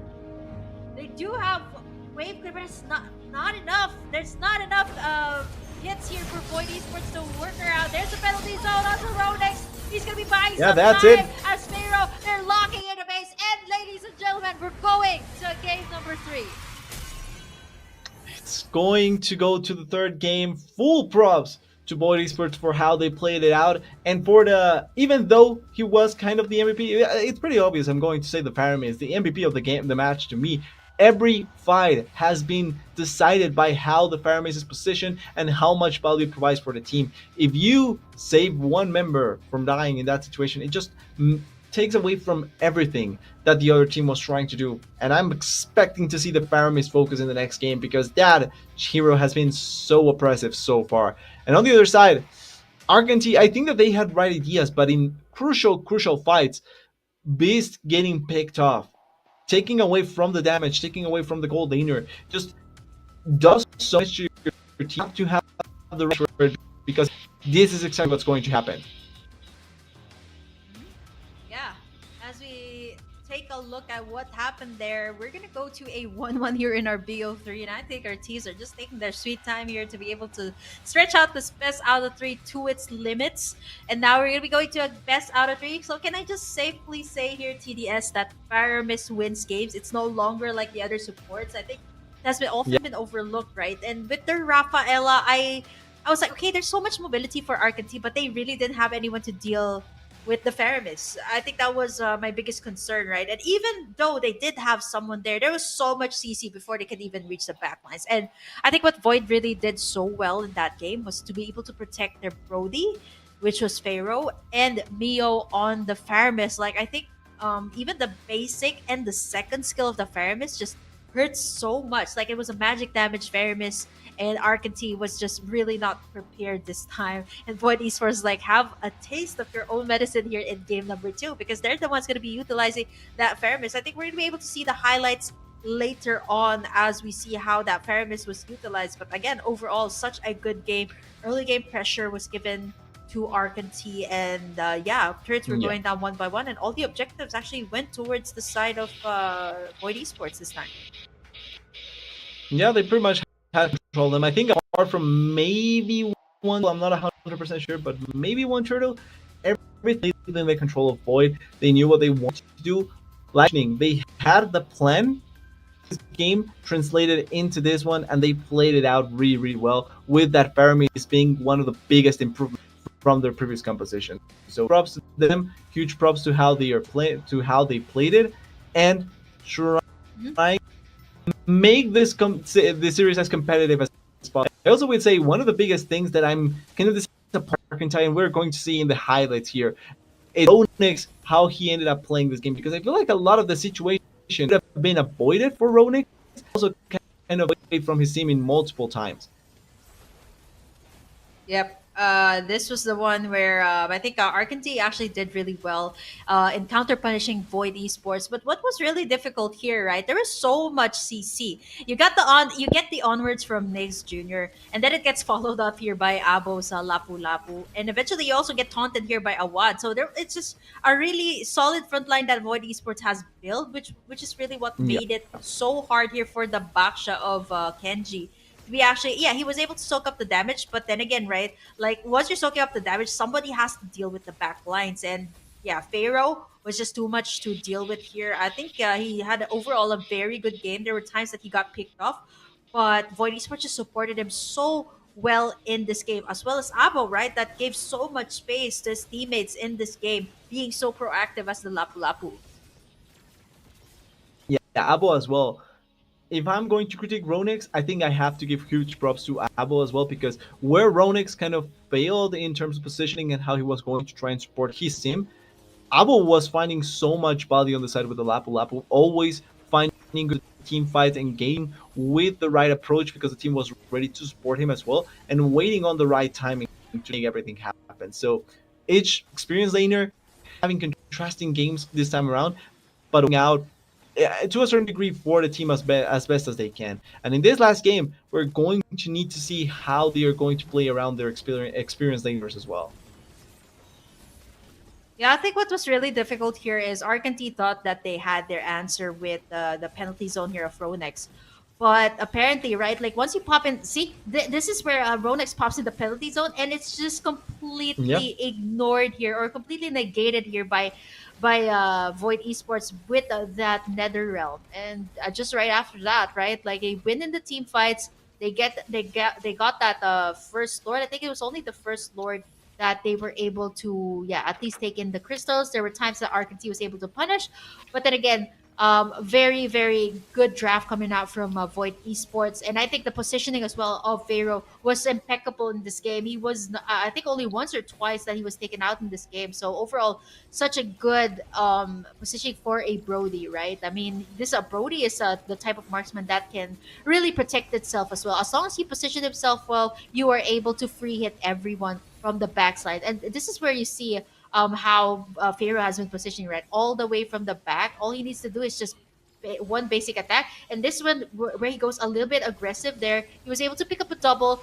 And if they weren't able to do that, they wouldn't have been able to end this game. 15 minutes in, NetherRealm popped as well in that last clash as Void Esports will force out a game number 3.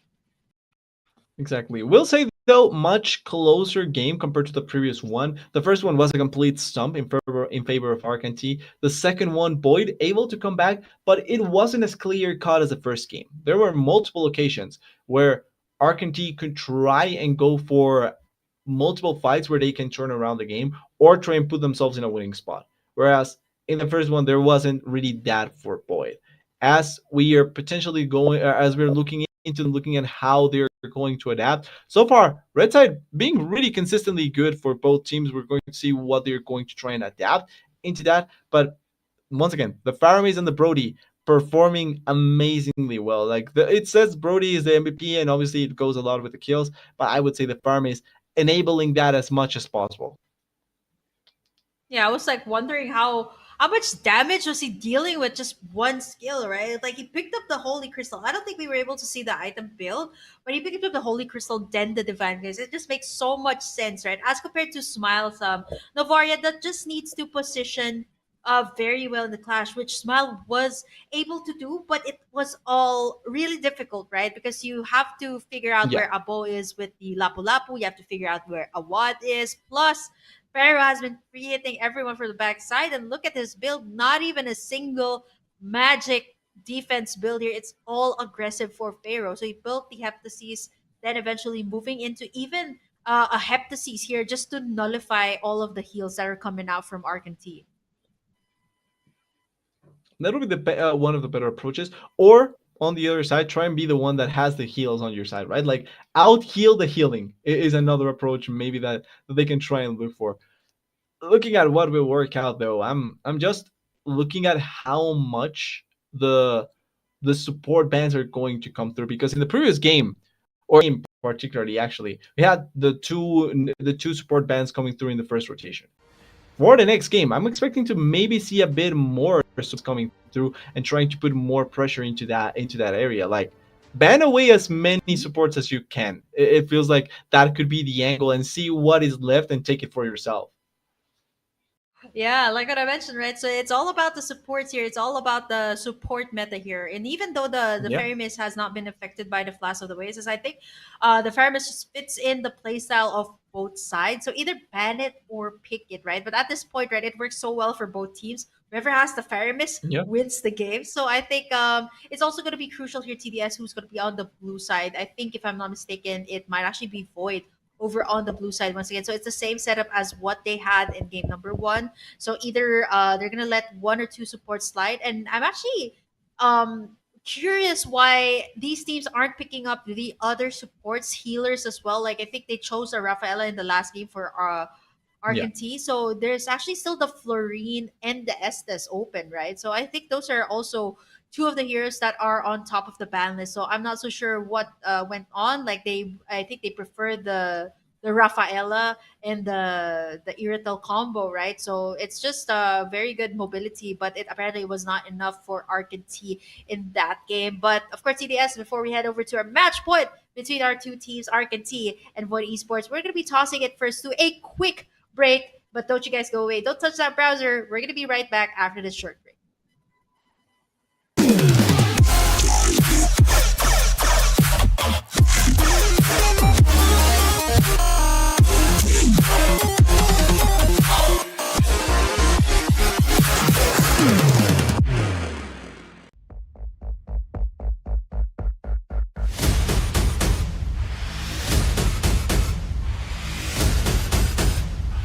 Let's do this, Abu Dhabi!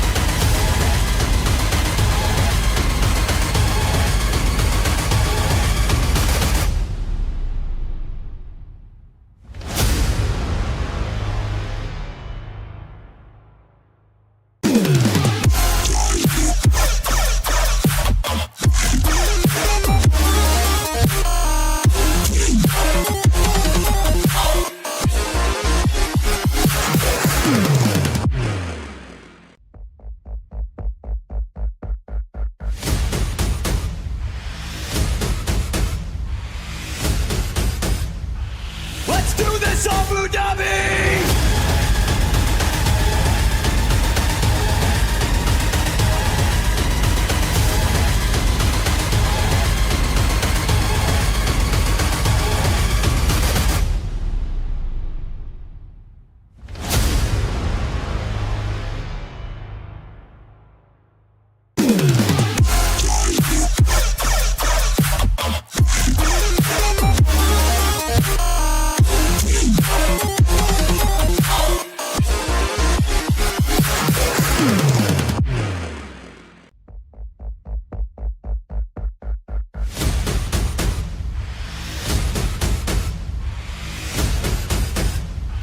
Let's do this Abu Dhabi!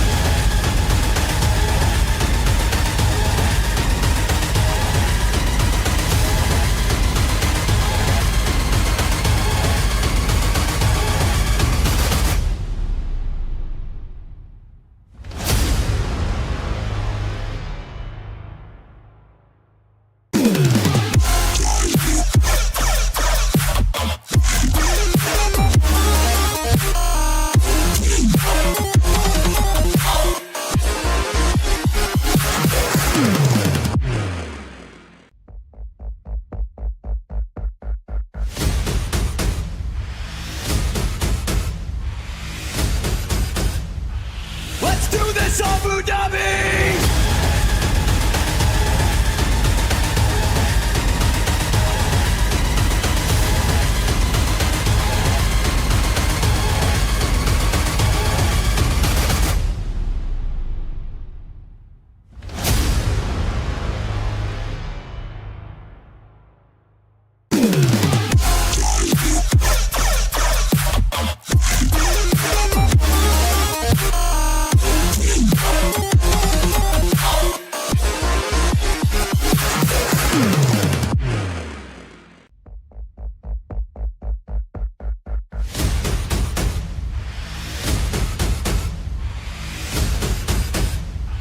Let's do this Abu Dhabi!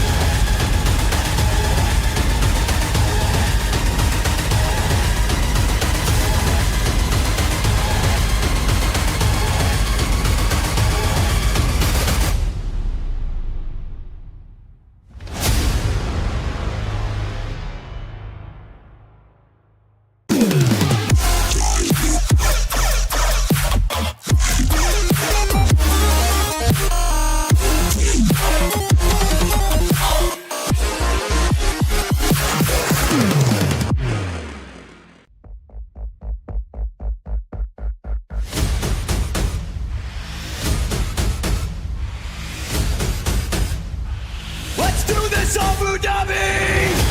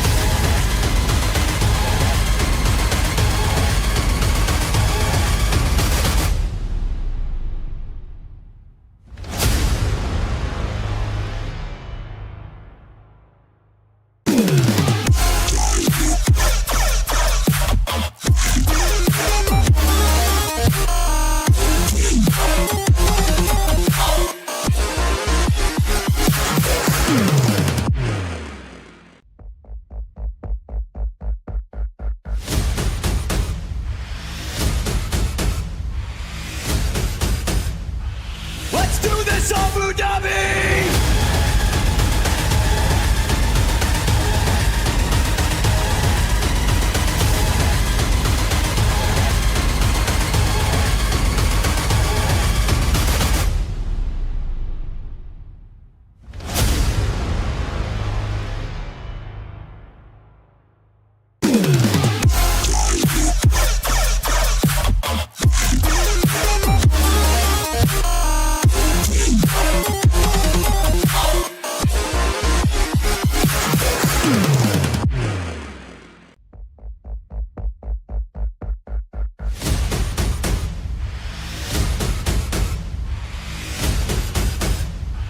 Let's do this, Abu Dhabi!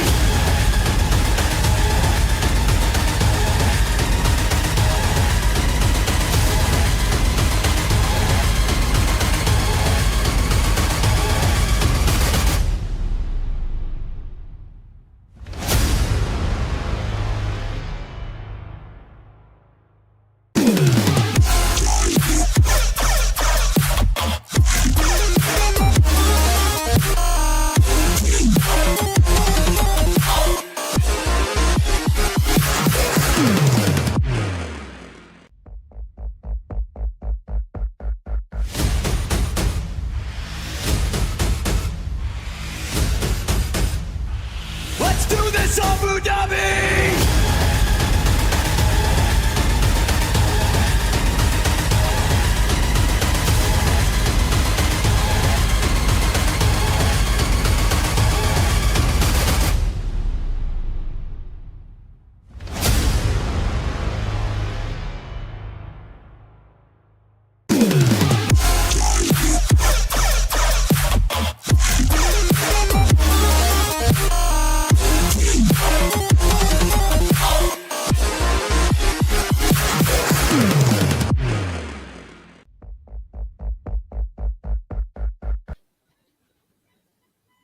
Welcome back to Arena Esports, of course, powered by Etisalat, our strategic partner AD Gaming, as well as Playtona Esports as our official broadcast partner. Once again, you got me, Burger Kim, and TDS to bring you the action for our last and final BO3, which is match number 1. You guys still have match number 2 later on, so this is going to be match point for either Void Esports, or we're gonna have that reverse sweep if ever they do get it, or is it gonna be Arcantie Esports that will be taking in the game here for our last and final series, or last and final game of this series, rather?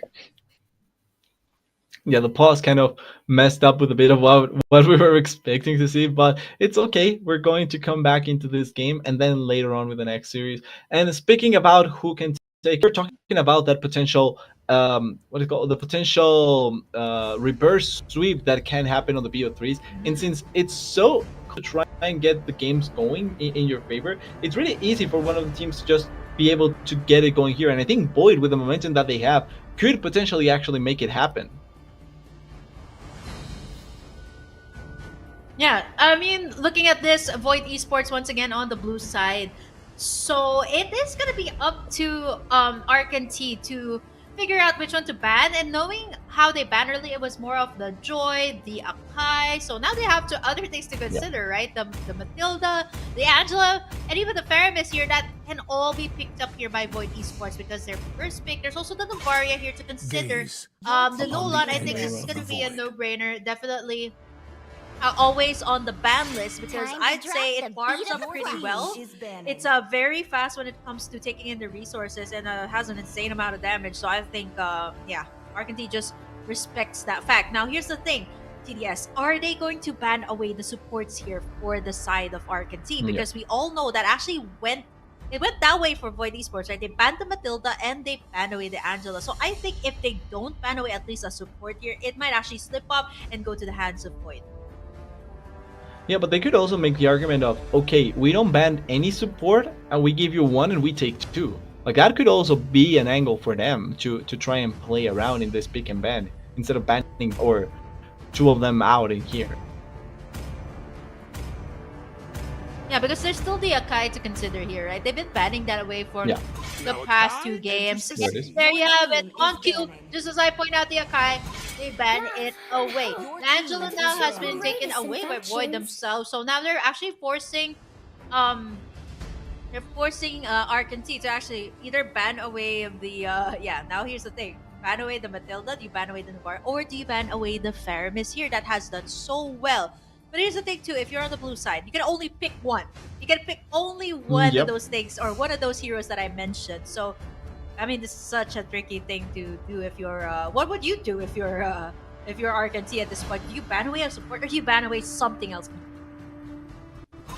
Always I on honestly the would go way. for something else. Like they end up banning the Matilda, but I would have gone for something else because I feel like getting the trade is much more valuable at this point than actually just not getting anything in return. But it's going to be the Fredrin here, first pick for the side of Void, and I feel like they are going to answer accordingly with one of the sports now. Yeah, I think here's the thing. The Rafaela is still open. I think the Edith was such a good choice for Void earlier, right? Like, not only did the Fredrin make it a hard time for the side of Arcantie, it was also the Edith and even the Lapu Lapu here. So they need like, I think if they're gonna be building the same draft as what they did in game number 2, they need a tank shredder, and I think this is one of the best, right? The Lunox, I think even the Claude here can really penetrate the front lines as compared to the Iratel that just needs a little bit more mobility, needs that sprint, needs to pop the ultimate. But I think Nowhere for the okay, evil to this hide. is really, really strange coming out from the side of Arcantie, right? There was a Faramis open, and I think Void is just gearing up Yep. to go towards that direction, right? They can still pick up the Faramis here, and then maybe pick up the Iratel or the Brody. Depends on what their marksman prefers here.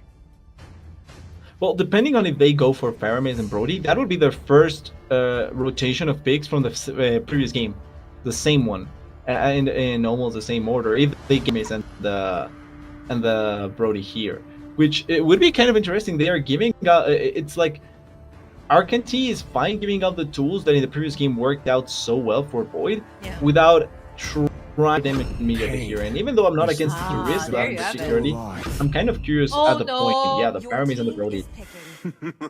Yeah, same- man. Just on cue, just like what we mentioned earlier, right? It was up for taking. I was actually thinking like there could be another strategy, right? Like if they didn't pick up the Faramis, they could have at least picked up maybe like a Yuzong, someone that has CC like the Edith, right? That was also a game changer for Yeah. them. So will the side of Arcantie actually pick up the Edith, because it can actually be a mid lane Rafaela and then a roam Edith. But the thing is, they're not gonna have that much of damage, right? If they have the Rafaela as the mid laner, as compared to the Faramis that has a lot more that he can offer as compared to the Rafaela. That's more of a Yeah. healer type. So I'm not so sure if they're gonna go for the Iratel this time around, or maybe they go for the Claude. I think a Claude is a good answer. Has more mobility my way. than Exactly. the Iratel. So they actually go for something different here. I like this pick as well. Someone that just has to position himself well. And then if you're untouched in the clash, it's pretty much like a sitting Eve, like a marksman Eve, right? Like you pop in that full barrage, everyone along your way can get taken down. So I think they're just gearing up for the fact that Void might actually pick up an Edith or maybe even a Yuzong or a Lapu Lapu. Whatever they pick up, the Iratel will actually answer. But they have to keep her properly protected, especially in the early game and especially during the times that the Iratel really needs the time to farm up. Exactly, and I'm kind of curious if there's the potential for Kaya to come through in either side. Like I think an underappreciated hero so far, and provides so much value when looking at not only the peak potential, but also the potential to kill people really effectively. And Lab going to be banned away, they don't have to deal with that again. Understandably so. I think they played on the side of Void so well. The Lapu Lapu, Abo was amazing with how he was trying to perform with the hero. Yeah, I think there's just respect to Abo here. He played differently, Yeah. like as compared to the time that he picked up the Uranus. The playstyle was just so different, The right? falling The stars Lapu Lapu brought just us here. enables Your team Abo is to be the banning. aggressive type of XP laner that he is, that can match up to Ronick. So now there's still the I think the Yuzong is still a good idea here, especially for the Iratel, right? So I think Void, rather Arcantie has to consider that when they're banning here, either an XP laner ban.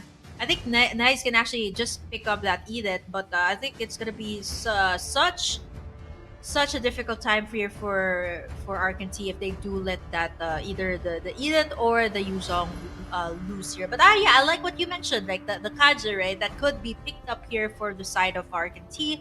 I'm just worried that again they don't have that much damage. They do have that control onto Yeah. the Predator or even the Faramis or Brody, but they will not have enough damage.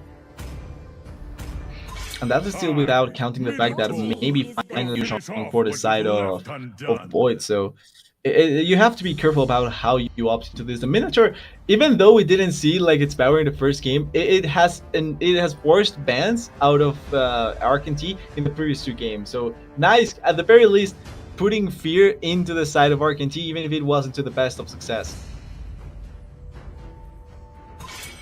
Yeah, I think this time they're just taking away all of the heroes that were picked up by Void earlier, or at least they've used in one or two games. So it's just a respect, or actually force them to bring out something different. So now we see that for Arcantie, if you're talking about Kenji, if you're talking about the jungler, he's only picked up the Baksha, right? And the Baksha is more of the type of soaking up the damage, not really of the CC. As compared to the Fredrin that's just working so well in this current meta, I think the Baksha would still be a good pick if they can actually keep up with the early game. Because once again, Void has this lineup, right? Paramis, then you also got the Fredrin. These are heroes that can really rotate fast. Very good in taking in objectives as well, and very good in team fights. So they really need to answer out to that, or will they completely pick up something different? But I think they're just still gonna stick with what they know, and they're gonna be picking up that Baksha. Eden as well, that works so well. So this is the exact same was so lineup. great. I think we're all Yeah. going to just find out what Abo will pick up in the final pick here of Void. It's chasing on that last one. There's the export still. I wouldn't be against it to give it to Abo, in all honesty. the export would But still be good, interestingly, yeah, that's true. Like there's options here for Abo that fit so well for the composition from Void. And since the only change that Arcantie did was going for that they, I feel like there's still a couple of holes here and there that Arcantie hasn't really answered. Instead, they can just play whatever they want. You shown on the side of Yes, of this was Void, what and I I was feel like they pointing still out have earlier. similar. Yeah, this Yeah. is what I was pointing out earlier. I was like, wow, you're giving too much to Void. Actually, this is so hard once again. They need to deal with the Faramis here. I like this Lilia. I like this as compared to what Arcantie actually picked up in that last game. Yes, there was the Yeah. Rafaela, but they did not have AoE. They did not have enough heroes to dish out magical damage if they do keep that Rafaela in the mid lane. I love this Lilia, personal favorite of mine. And once that cult altar is down, it's gonna be so good up against all of these heroes of Void, right? These are all melee heroes. These are all heroes that will dive. But again, if you have the Lilia who will just slow you down with the glooms, I think it's a good answer. But again, Arcantie, they have to make that early game work because Void, again, this is the type of lineup that enables them so much in the early game. And as long as they can snowball with this, they are pretty much good to go with this lineup. Let's take a look at it once again here. Our lineup for Void Esports and Arcantie for our last and final game of the series. Whoever takes it forward, whoever ends up losing, unluckily will be eliminated. Still can play in the coming tournament, but would lose out on the opportunity for that monthly, or for the direct monthly invitation towards the tournament. That being said, it's not going to be an easy game for both teams. I think Void going for something similar to the previous game, having a similar identity, making it easier on them to try and replicate it in the previous game, and trying to have a similar stuff as well. But at the same time, like you're mentioning, the Lilia is going to be kind of the wild card when you think about it. And if they are able to maximize the value of this Lilia, going to be quite good on the side of Arcantie. Yeah, you see how the Glooms here smile. They're only just level 1, right? He's able to bully Void here over on this bottom side, and he's not even level 2 just yet, forcing Nags to actually go right in, purify up for a smile. But there's just so much pressure on this bottom side. And now this is looking much better for Arcantie. They're able to contain this lane even with 3 members here over on the bottom side. So this actually gives so much leeway for Arcantie to either force a Void out of a situation where they have to respond, or they either waste resources early on. And as you can see, Avo is not going to be able to actually go back because there's just a lot of pressure that Arcantie is doing here in this game over the bottom side. We see that Retribution has also been used there just to take away that Crammer from Awad, and now level 4 advantage here for Kenji once again before the turtle, and so much pressure here on the XP side. But then again, here's the thing, TBS top side as well has to be considered. But before that, here's the tug here coming out from Mio. Smile's really low, does not have the black shoes just yet, but there's a lot of pokes here coming out from both sides. The dedication, the strength that they're showing here in this last and final game to be able to at least move over to the next stage of this tournament. Yep, Smile as well. He does not have the black shoes. Yep, he's gonna go for more. Awad picks up a double before the turtle, and now Kenji as well. Numbers advantage gonna go to the side of Void Esports this time. The Fredrin, that has worked wonders for them. No wonder why they picked this up first. And now Ronex as well misses that penalty zone, half HP for the turtle. Let's see who will be picking up so much zoning in from the side of Void Esports. I'm not so sure if Kenji will be able to steal this one, and instead he takes up all of the damage. Everyone's holding down so real low. Smile up for the damage, and they take down at least. Nice. So at least Arcantie is able to take something out of that one. If Smile was not present in that one, that would have been the end of Kenji. And here comes the two mid laners and the roamer here to the rescue over onto the turtle side, as Kenji once again will be starting it up once again here for Arcantie. And it looks like since they have the control and they have the healthier members, they're going to get the turtle for free. Huge pickup they find there onto the Abyss, because could have been just a turtle once for the side of Void, and that could really have been game defining with the advantage that they had with that Fredrin double kill early on. Weirdly enough though, even the setup for that double kill was great, and they got the double kill onto the Fredrin, couldn't really capitalize because they were looking way too into trying to force the team fight instead of trying to secure the objective. And I feel like that's the slight mistake Void ends up making there. Fire with fire when they had the bigger fire and they didn't need to try and do anything. Yeah, here comes Kenji with the engage, and now Smile. There's the Cult Toddler being popped here by Mio. He's gonna be able to sustain. There's the Appraiser's Wrath, but there's Ronex from the backside dealing out the damage on the side of Void. Oh, they didn't kill. It's still not over. Still not over. Smile, he's really low. Does he have the black shoes? And no, he does not. Pharaoh will pick up the kill as Void Esports. Now they're going to be able to take away the gold plating here over onto the mid side. Ronex going to be able to stop that one, but there's so much crowd control here from the side of Void. It's going to be causing Ronex to actually back away. Even the heal from Raven is not enough. Void Esports are just looking too good in this game. 200 lead by them, but they are winning in all of that. Let's take a look at the top side. There's the flicker out from Beast, which we haven't checked just yet, because if you actually take a look at the minimap here, the Iritel here of Beast has taken out so much gold plating here as compared to Pharaoh, who actually moved over to the bottom side. Exactly, and a lot of that also has to come with where Pharaoh was in the previous fight and where Beast was. Beast was still staying closer to the turrets, whereas Pharaoh moved to force the fight, as we see Ronex once again getting engaged on, but this time around, it's not going to be enough. He's actually going to die. Pharaoh collecting so much gold here. Yeah, that's just, Arcantie is just really struggling, right? They're going in one by one, and now Kenji as well, a little bit too late, forced to use that Retribution out, as well as the Tortoise Poisson's hand enhance his movement speed. But look at Void. They're just so good in taking in the objectives. Pharaoh as well, taking in this turret, while the rest of the members here of Arcantie actually gonna try to contest for this turtle, as Kenji gonna be joining in the party here as well. So let's see if Arcantie can actually take this one, because so far it's only Void that has been winning everything. There's the Petrify coming through from Raven.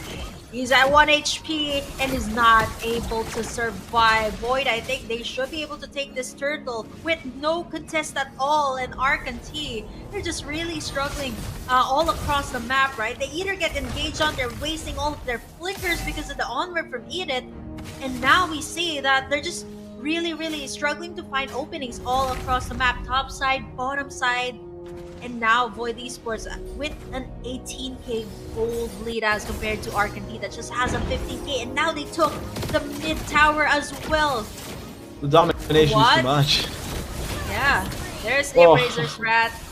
Man, too much. He's soaking up all the damage, and the Appraiser's Rat, too much to deal with for Arcantie. They started out really strong, but now they are gonna have to rely on Beast, right? Let's see what Beast has by the time this reaches at least mid-game, because so far Void Esports, they've been wrecking havoc, top side, bottom side, and look at their rotations, right? It has always been Neo rotating with Pharaoh, right? Making sure that their gold laner Yep. is alive, and look at how fast this Brody is shredding the towers here from Arcantie.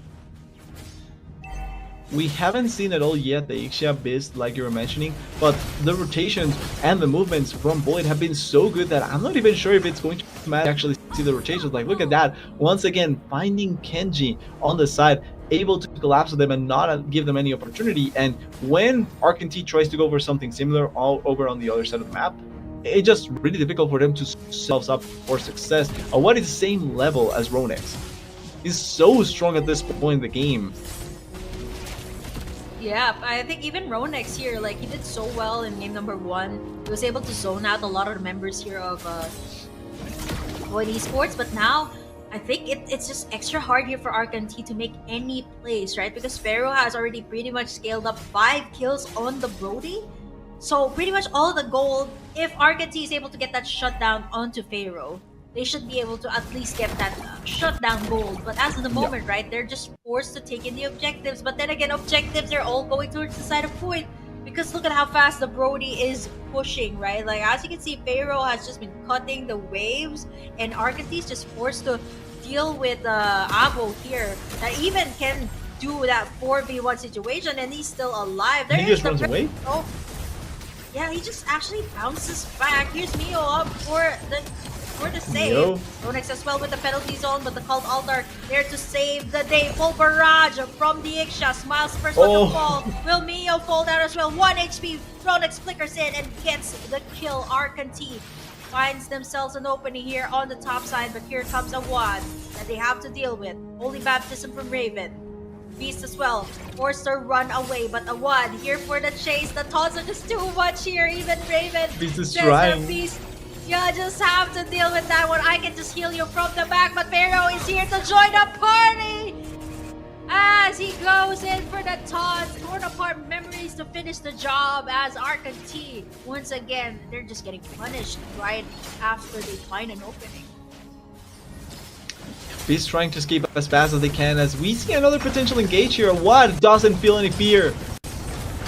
Yep, and that's gonna be Raven. First one to fall. Appraiser's Rat. Everyone's really low from Arcantie. So There's the easy. shutdown here of Ronex. But then again, what do you have to do? Because Pharaoh is still alive, punishing everyone who just comes near Void Esports. They pick up a double 3 for the price of 2. They did get some shutdowns, but Void Esports still the one on top. They need to get Pharaoh here, who's just so good here in this game. 8-0-1 on the Brody. No one has been able to take him down just yet. Even the full barrage of the Ixia is not enough to take him down. There's also the Cult Altar that they have to consider here. So Arcantie, they're just left with at least just 2 inhibitors here. Only 2 inhibitors left for Arcantie. So wow, this is just map control going to the side of Void Esports. Yep. Yeah, and even before the Lord spawns, so going to have not only the map control, but also the complete control over the objective as soon as it spawns. They can try and take it down as soon as they want with a Pharaoh that is currently 8-0, and they can look to try and just end the game as soon as they want.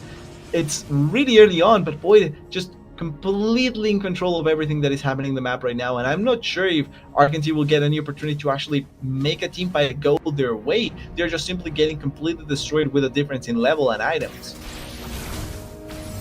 Yeah, I think it's just too risky for them to make any of the plays. Yeah, because look at how fast Void is taking in that Lord. 10 minutes in, I don't think they're gonna waste their time to wait for that 12-minute enhanced Lord. They're just gonna take this one because there's only just a few towers left here for Arcantie.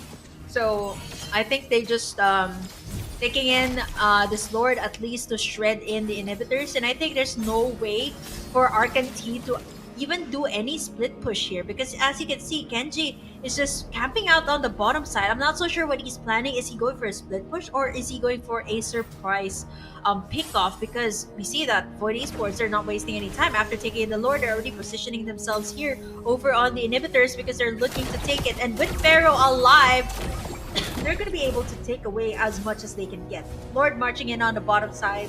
Will this be the end for Arcantie? Could be with the Lord coming down over on the side that is completely open. So going immediately to try and take the game if Void is able to play around this really effectively. But they are trying to choke the life out of Arcantie already, trying to push as much as they can, trying to get their inhibitor down if they can. Although, ooh, a lot going in. Yep, there's Black Dragon form from the Yuzong, signaling the side of Arcantie to actually back away, but that was just them zoning. They got in the inhibitor turret, and now let's see if there's going to be a play being made here by Void. If they overextend, they can get punished still here by Arcantie. So let's see if this will be the case. They're looking to take in all the inhibitors, and there's Nice going in. There's the full barrage as well from the backside, but it's not enough. It forces Void to actually back away, but they're still relentless. They're going in for the chase. There's the onward onto Genji. He's the one soaking up the damage. There's the Nether Realm being able to sustain everyone as Brody, Arrow being able to free it once again. Will this be the end? Numbers advantage are towards the side of Void. They get in a tug onto Beast, but it's not enough. Arrow, he's low on HP. I don't think Void Esports, they're gonna be that was okay. They do get one more. Raven falls as Void Esports is just wreaking havoc here. 70 kills on the board. But Arcantie, they're just showing signs of life. They're punishing anyone who's actually overextending on their base. Even inside of their base, they are trying to punish as much as they can as they engage once again, trying to look for another one. But Pharaoh just simply deals too much damage. Look at that, he's barely going to be taken down. Ronex, ooh, that is close, but Pharaoh is fine. Yep, Nice is forced to use in that Primal Rat. He has that immortality. Mio as well, dishing out so much damage. Black Shoes has been popped here by Smile, but they got in all the inhibitors here for Void. I think 30 seconds before the next Lord, they're not going to be overstaying in the base as Kenji. He's looking for a target here. Abo's really low, but he's able to sustain care of that Sha Essence from his passive. So they're not going to be able to do much. But Void Esports, if you take a look, there's only one tower down from their side. So it's just really a struggle for power all across the map here for Arcantie. This was not the Arcantie that we've seen in game number 1, and Pharaoh as well picks up that magic defense here, but that has also the attack speed, the rose gold meteor rather here for the additional magic protection. And we see Arcantie Esports camping out here once again, trying to find an opening to jump in on that Lord. It might just be a bait here for Void. Let's see. It's going to be a tug here onto Kenji. Okay. Full barrage from the backside. Rodex goes in for the penalty zone. But it's still not enough. They're getting zoned away by Abo, who's trying to pick off the backside. Smile as well. Gonna get taken down there by Nice. Forcing that Primal Wrath. Immortalities have been purchased. It's only 3 members left here on the base. They might actually try to go for the finish here for Void. Numbers advantage are there. They can. So they can just tank in the towers here at this point. Pharaoh gonna lock in the tower. Will this be Oh, the another end? one. Let's go back to I think the that's base here. I think this is gonna be it. There's enough minion waves. Pharaoh flickers in, and he's still This doesn't legendary. matter. Locks in the tower. It doesn't matter, as it is gonna be Arcantie really facing the rat here of Void Esports as they pick up that reverse sweep, that 2-1 up against Arcantie. We started today talking about potentially that happening in this BO3 format, and Void immediately pulls it off. Really well played after that first game being such a complete stomp against them. They turned it around immediately, recognized the strength that they want to play with, and in the previous 2 games, drafted smartly, played smartly, and end up with the win. Huge props to how they played and really deserved victory at the end of the day. Yeah, I was actually wondering what happened here for the. I was actually expecting to see Arcantie at least like steal one or two picks from Void, but they actually still go with the same draft that they had in game number two. I Yeah. think they're kind of thinking maybe it can actually work out well here in game number three. But again, it was a match point between these two teams, and Void Esports, they started out real slow today, but this is the final score, and they will be moving to the quarter finals here.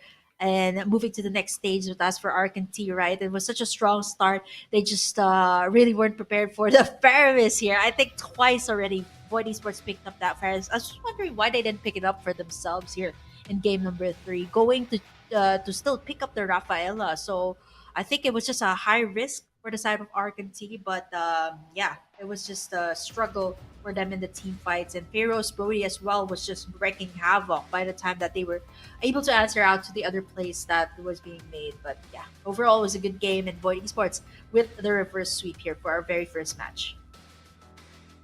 Starting off really, really well. And now, after this one, we'll have to pay a careful attention to what will happen in the next one with those picks, right? Because now that we've seen Paramis be such an impactful pick, we've seen the Fredrin finding so much value as well, the Brody as well being so impactful for Void.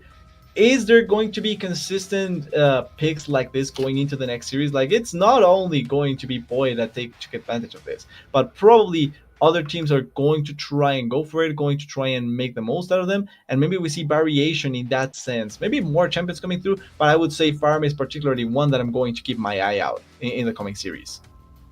Yeah, Paramis, I think it just really depends on what kind of draft. I've just really found it interesting that, Arcantie actually went for Rafaela instead of a Paramis, right? So is that still gonna be the story here? Is that still gonna be the main support that Yeah. will be showcased actually in our next series? So speaking of the next series, we're actually gonna be having another best out of three, of course, before we proceed to the highlights. It's gonna be just to give you guys a little glimpse of what we will be seeing in the next game, is the Team Axe and Team Revengers here for our next BO3. But of course, we still have to talk about we still have to talk about that last game, what went on, how Pharaoh was able to scale up pretty well, and how Void Esports was just able to win all of those clashes back to back. I think from Yep. top lane, bottom lane, they were just able to win and take everything. And I don't think Arcantie was able to contest for any of the objectives as well.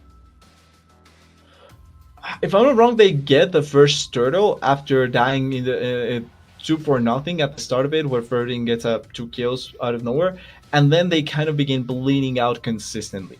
And I think Arcantie was doing a really good job at just controlling certain spaces and trying to not allow for the Fredrin to get out of control, or for the Paramis to move around the map and try and have as much impact as possible. But that first initial loss in terms of the kills really affected a lot of how the game ended up going. And then the Fredrin moving around, getting kills, being really hard to kill as well.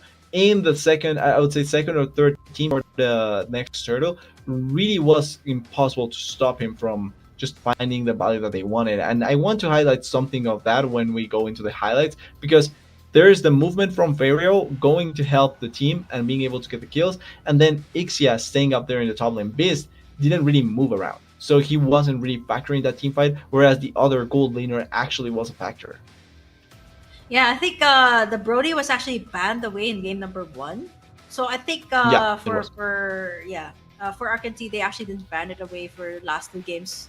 So I think it was more of the question is, what do we deal with? Do we deal with the Faramis? Do we deal with the Brody? They actually left it both open. And let's take a look at the highlights here, TDS, on what went on. Actually, nice start here by Arcantie. They were actually able to pressure. They were actually able to bully out the XP lane, and even to the point that they were able to bully out the members here of Void. But what made it really difficult here was when Awad actually came in, right? Like, he jumped right in and was Yeah. able to get that double kill early on, which is actually what enabled them to pick up that the objectives time and time again.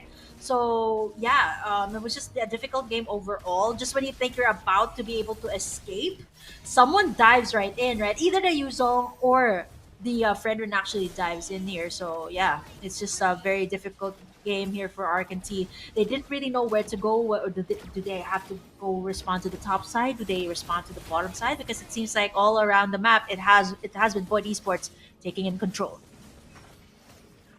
And we saw the initial replay there that showcased what we were talking about with the with Pharaoh and the Brody going and joining the fight really early on, whereas Beast didn't really join it. And then after that, it's a cascading effect. But you can see here at this point, it was kind of already imbalanced because it was more in favor of Void. But with the goal that they had, they were able to consistently be able to find good fights. Even the fights that were looking good for Arcantie were just simply really difficult to play out as soon as the Brody and the Fredrin joined into the fight. And with the amount of damage, with the survivability as well that they had with the Faramis and the Fredrin, they just simply were close to unstoppable, to not say completely unstoppable. Yeah, and what's really funny is like if you take a look at the clashes, right? It's also always like Naze or either a Wad, right? That tanks up the damage, but the one where the hero or the hero that you really want to take out here is Pharaoh, right? Pharaoh or Mio.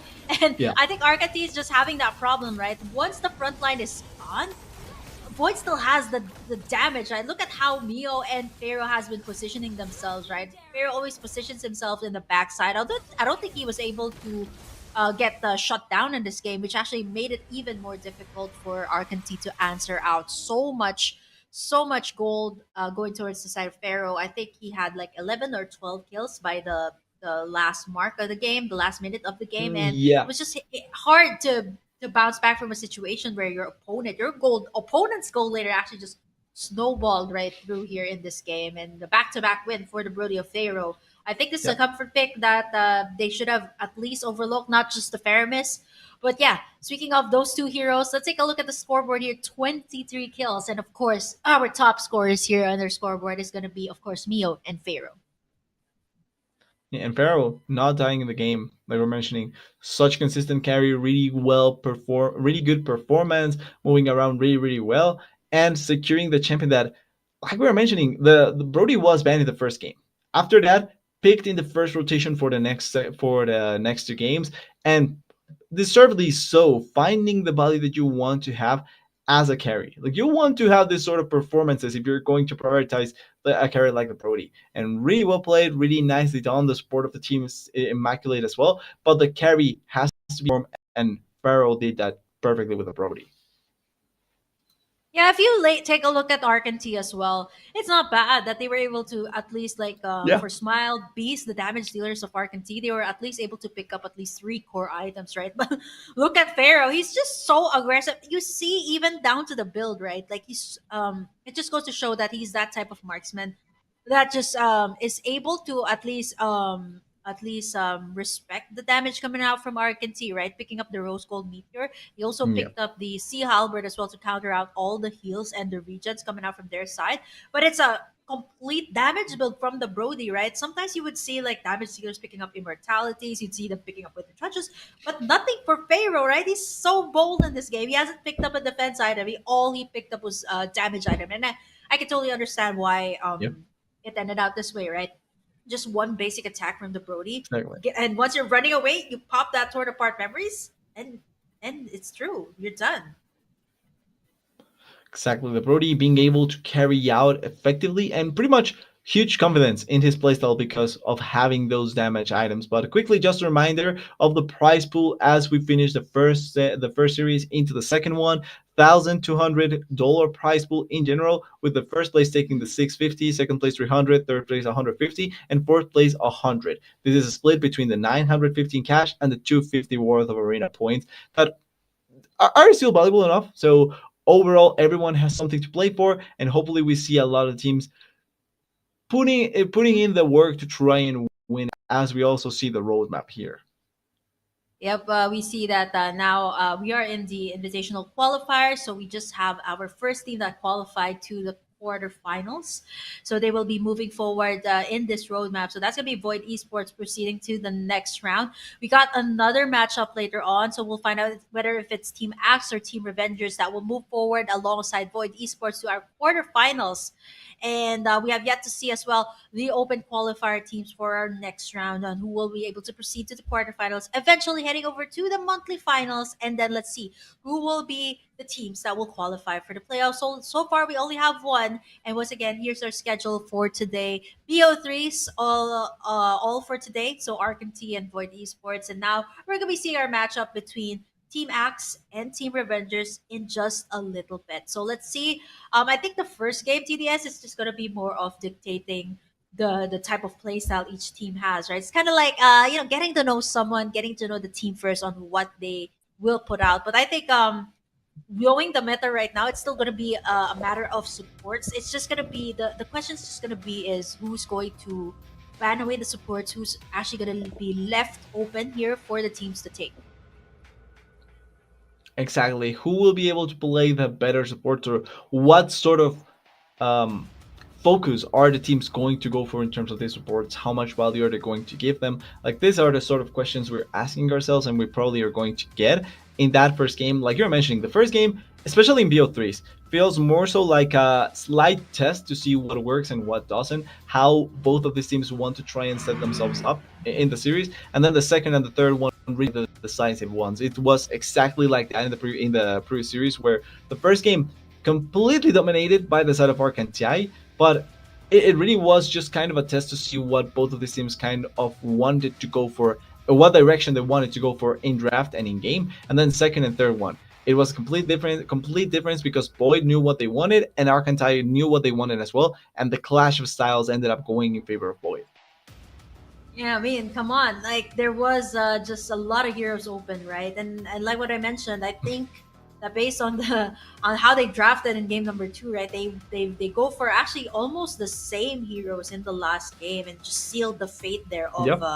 of Arcantie, right? They just really struggled in that game. I was actually hoping that they pick up one or two of the heroes coming out from Void Esports, but they're like, no, we'll actually just let it all open, give it all to Void Esports, and yeah, it was just difficult to bounce Yep. back from the situations. I think match number one once again for Team Revengers and Team Axe, we'll have to find out what type of playstyle they have, and based on their drafts, based on their bans as well, which will be happening real soon. Once again, ladies and gentlemen, this is gonna be a best out of three. So we're gonna be finding out, who's gonna be able to take at least the match point, at least after this first game. So it's gonna be a race to two games, a two-game win to be able to win the series, and of course, go over to our quarterfinals that will be happening shortly. So now we'll be able to start off the final series of the day and know who else will qualify towards those playoffs. But at the end of the day, it's important to see how they are going to perform. What answers are we going to get in terms of what the meta feels like currently and all those stuff, and which team feel confident? Because also another big thing that we had in the previous series was that initial confidence in the first game, but then Boyd finding their stride and being able to play with that confidence themselves.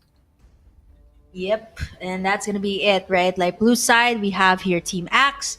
Over on the red side here, we also have Team Revengers here, both going to have to face each other off here for the chance to be in our quarterfinals alongside Void Esports that just qualified earlier. And now let's see. I think the teams are just taking their time. Nolan, I think, still gonna be on top. I also personally banned this myself when I play ranked games. It's just so hard to deal with him. Or if you let him open, a very simple answer is actually obvious. But I think as of the moment, right, the teams are just going to be taking it away, as well as the Fanny. Respect towards the side of Team Axe. Two really respectful bans, but here comes the question of the day, the supports. After Nolan and Fanny, now we see the Angela coming through, maybe a Matilda Hover as well here for the potential next ban, but trying to stay on the same trajectory that we saw in the previous game. Surprised though that the Nolan comes in from the blue side and not from the red side. Yeah, usually you'd like to pick it up. Like if you're that type of team that hasn't been able to practice with the Nolan yet, you'd really ban it away. So I mean, I think it's just one less problem to deal with once you ban it away. And if you're not comfortable with using it yet, you can just put it up on the ban list. And here's the thing: I love seeing the Fredrin shine, especially after the buffs that was given to him, because I remember the first time Fredrin was released, he wasn't actually a very popular pick, right? It took some time for him to settle down in the meta as well. So now here's the thing. Angela, Matilda has been banned away. Joy as well. So if you're talking about the meta here, the Novaria is still pretty much open for the taking. Yep. If you're talking about the meta, some other supports are also Valentina open, as well, but actually. usually- Yeah, I mean, if you want to be safe, right, you just pick up the Valentina. It just really limits your opponents as well if you pick up the Valentina. Like if once you have the Valentina up, you're not gonna be able to pick up those heroes that have very powerful ultimates. So I think if for Team Axe, if they want to be very safe here, Valentine is such a safe choice. But then again, they're gonna open up other things here as well. Like the Novaria can be picked up on the other side, the Terizla as well can be picked up on the other side. So what are you willing to let go of at the moment? So yeah, it's gonna be the safer choice for Axe. There it They is. pick up the Valentina, so I think this is gonna be the case that Revengers will actually pick up probably a Novaria or a Terizla here, or maybe I think it's a Novaria or probably maybe a Goldaner or a Jungler. But yeah, I think a Terizla and a Novaria is usually the standard pick when it comes to this type of draft. Yeah, both work out really, really well. We saw what Terizla potentially can do as well as the Novaria. Not to its maximum extent, but to its maximum potential. But it's still a really nice duo to go for in this sort of situation. It's going to be the Baxia instead, immediately picked. And I think the Baxia is a fine enough choice. And the Popple and Koopa, I think two that have been popping up much more in the current meta. Yeah, I think if you've been watching other regions as well, the Popple and Koopa has also been used as a jungler. Care of the buff that was True. given to him. Actually, they completely ignored the choices that I've made, right? They go actually a different route, which actually forces Axe to pick other things up here as well. So they might actually go for this Lancelot. I think this will give the Popple and Koopa a hard time. Especially the Lance can really reach the back lines here. Axe as well hovering over this Barrett's. I'm not so sure if this is gonna be the case, right? This is gonna be a Barrett's XP lane Barrett's because the Lancelot has just been locked in. But you know what? Yeah, very risky because usually I see a Barrett's in the jungle, so they go for their gold lane and said the Brody. I love this because this Brody, I have always said it in either in my stream or my tutorials that the Brody is just really good. Why is it often overlooked? Because people usually pick like the Beatrix, Iksha Bruno, but the Brody has often been overlooked. So I'm loving it that it's shining here in Arena Esports. Kagura as well being picked up here for the side of Revengers. I think it's also a very safe answer up against the Valentina. Lilia would also be a good choice, but I think that Revengers is just picking up their comfort picks at this point because I've never seen a Popple and Koopa and even a Kagura a very long time that I haven't seen them in professional play. It's been a while. Like, I'm a huge fan of the Kagura. I actually enjoy playing the hero quite a bit, and it's been surprising the amount of times that I think that there's slight angles where she can work out and people don't actually go for her. So excited to see how it's going to perform. Obviously, there's a reason why we don't see her consistently, but I feel like there's good enough opportunities here to make her work out as best as possible. Oh, okay. So I'm looking at the player names here for Axe. I see some similar IGNs because I'm not so sure if this is the same Banting from my country. That is just an absolute beast in his lane. So I'm not so sure if this is the same guy, but if this is the same guy, looking at the ban tier of Revengers, it seems like that is the case. They're banning out his heroes. So we'll find out what he picks up here. They still need some roamers here. Yeah, I'm thinking like Estes hasn't been picked up, right? It's just also Not a yet. healer. Florine as well has never been picked up here in this. It's more of like the Ediths, more of the Bakshas and the Brodies as the storyline here. But looking at the draft here, what do you think so far of this lineup here, TDS? The Popple and Koopa and the Kagura. This has only been picked up once ever, I think, ever since the start of Arena Esports. So what do you think about these two picks so far for the lineup here of Revengers? Well, overall, I feel like they have a pretty clear idea and identity to what they want to go for. Once again, forcing on the team fights, but I feel like a lot of control in them. Like, there's quite a good amount of CC that they can try and go. If they don't give the opportunity for the Brody to try and move around and carry, I can see them completely destroying a lot of the fights. As the last pick comes through for the side of Revengers. And overall, I'm actually not against what Rangers end up going for. Like, I think their overall team fighting power can be really, really, really good. Okay, so I'm looking at the Axe, right? Yeah. Man, okay, they haven't updated their Wikipedia page just yet, but I'm just really curious if this is the same Banting from my country because he's just he's just crazy on these tank heroes, and just like what I mentioned, right? There were two bans centered towards Banting, so I'm not so sure if this is the same thing. We'll find out later on. I'll actually give him a chat after this if he's the one playing here in Arena Esports. So let's take a look at the lineup here once again. The lineup here of Axe is just very much of burst damage, very much of setups. I'm just worried here about the lineup of Revengers. It's more of like single target, right? They don't really have that much CC. Yeah. Plus, if Aizen is actually able to snowball with this Lancelot, well, it's going to be really hard for Silence. It's going to be really hard for Solo as well, especially if this Lancelot can just pop in that Phantom Execution and then that Thorn Rose and can assassinate the backlines. I just realized we have two Aizens in the same game. Oh, yeah. An Aizen It's with gonna a be dot and an difficult Aizen actually with a dash. calling that out. Oh yeah, That's gonna be yeah. difficult. I think we should say Revengers Aizen or I think we just say Lance Aizen. Lance Aizen, Edith Fair Edith enough. Aizen. Fair enough. What's with the name? Is it a very common name? I'm not so sure, but you know what? Solo Ooh. being able to go to safety here, popping in that second skill to be able to purify the aggression coming out from Sherry Rosa here. So yeah, no kills just yet, but Team Revengers, we see aggression here, but not that much just yet. We're seeing them try to alleviate their XP lane of the pressure that's being shown by the Yuzong. And of course, this is still going to be the case, right? XP lane, this is where the turtle will spawn, so they're going to have to put in as much resources as they can there. Retribution has been used. Here's not Banting, he's just level 2 here. He's not going to be able to sustain the damage. He has the heals. He flickers out finally to safety, and to no avail here for Revengers. They're unable to get anyone 25 seconds before the turtle's up.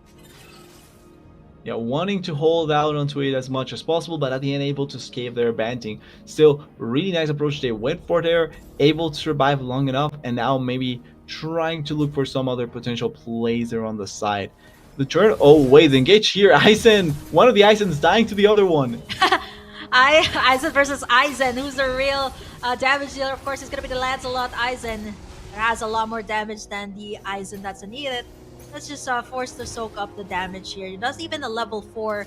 So great start here by Axe. Turtle's already up. So let's see if Team Revengers will find their revenge here by taking in this next turtle. Banting does not have the flicker. He does not have that level 4 power spike to set up that Minon's Fury.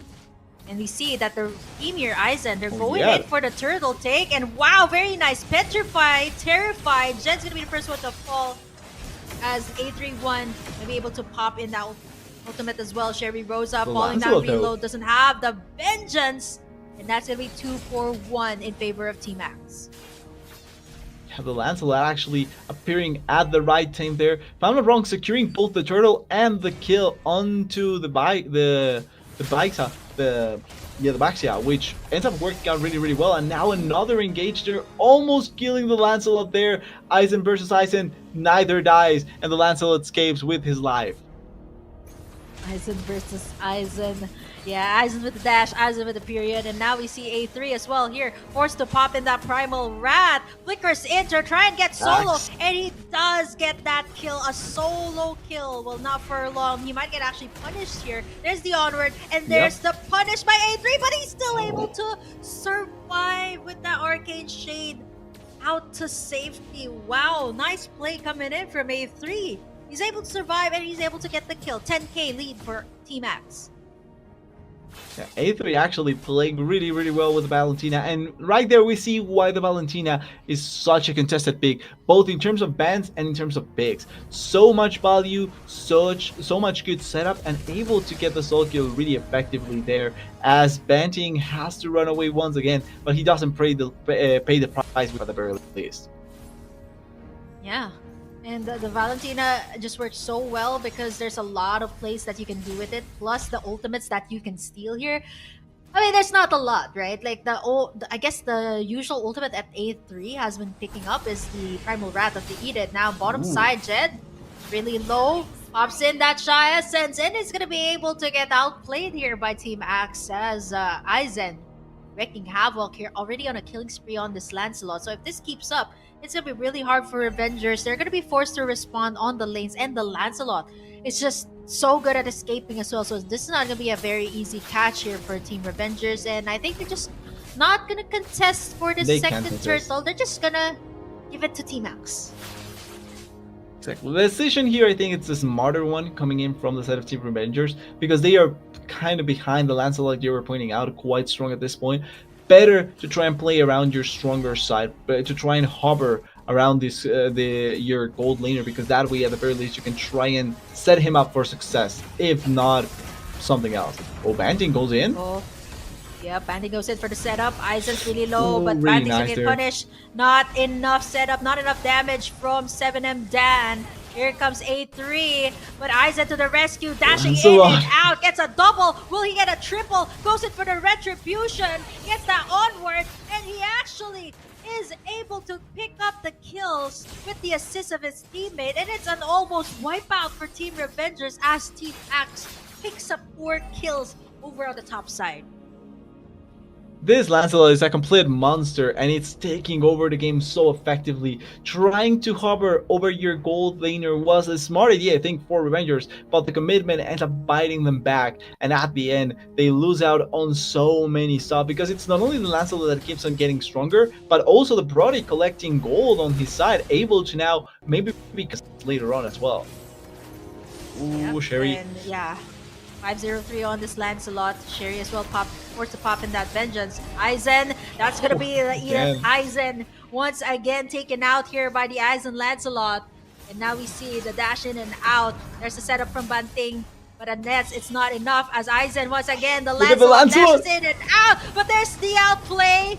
There's the punish. A double kill for 7M Dan as they're trying to get more here. Team Axe, they take down one member. They're able to shut down the Lancelot, but the turrets are falling down one by one as Team Axe, they're just gonna go for more. Look at the damage coming out from 7M Facts, yeah. Dan. Wow, just one torn apart member. He's gonna be able to take one member down, and we're just in the turtle here. Just 6 minutes in here, TDS.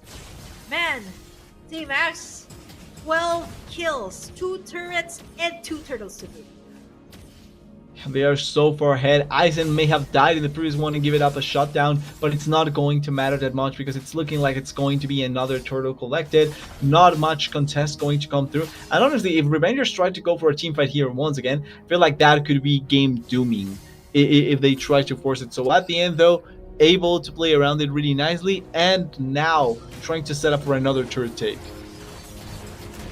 Yeah, let's see if this is going to be enough because there's just so much pressure here from Team Axe. 7M Dan just dealing out so much damage with the Brody.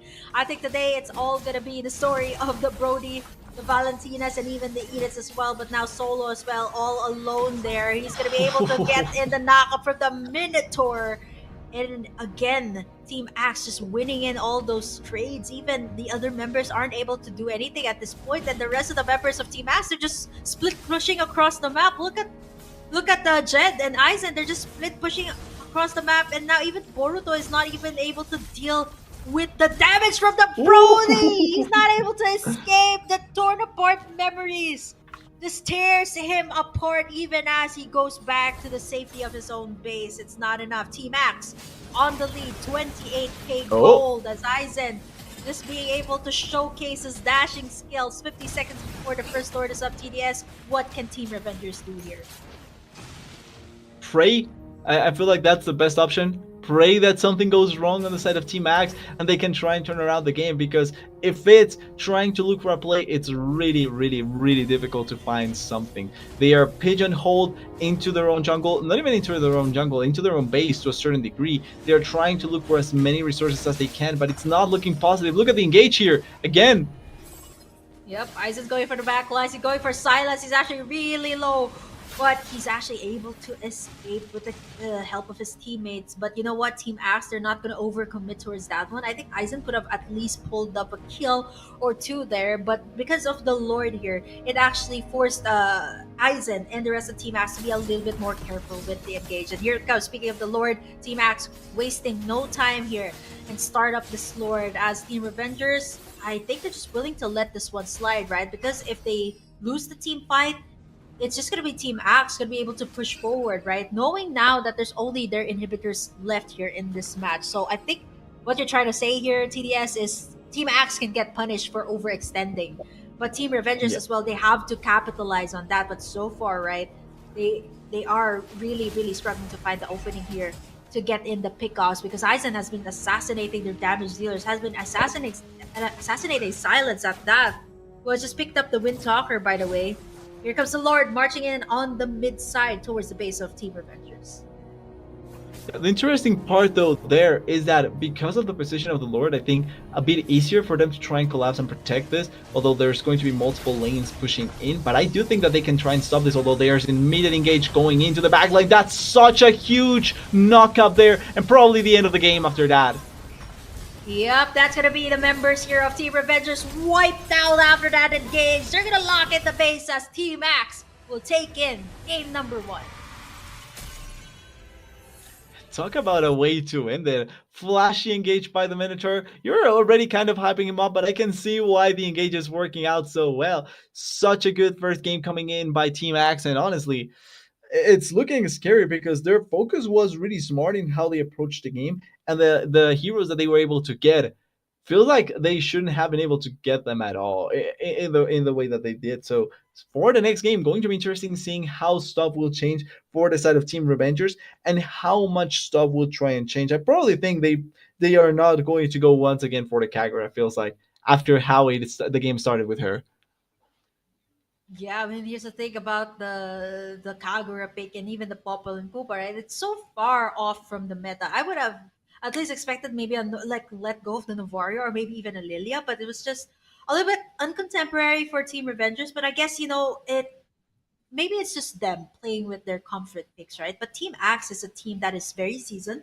They've been very accomplished as well in their respective regions, and once again, they just showcase their power here in game number 1, picking up the first game here of the series. By the way, And in a really strong fashion, I would say. Maybe not the perfect game we saw in the first series, but certainly pretty similar in terms of how much control and how much they were able to do without giving up a lot of things either. And if that's going to be the idea of the series for Team Max, Team Revengers needs to find some way of trying to counter as much as possible.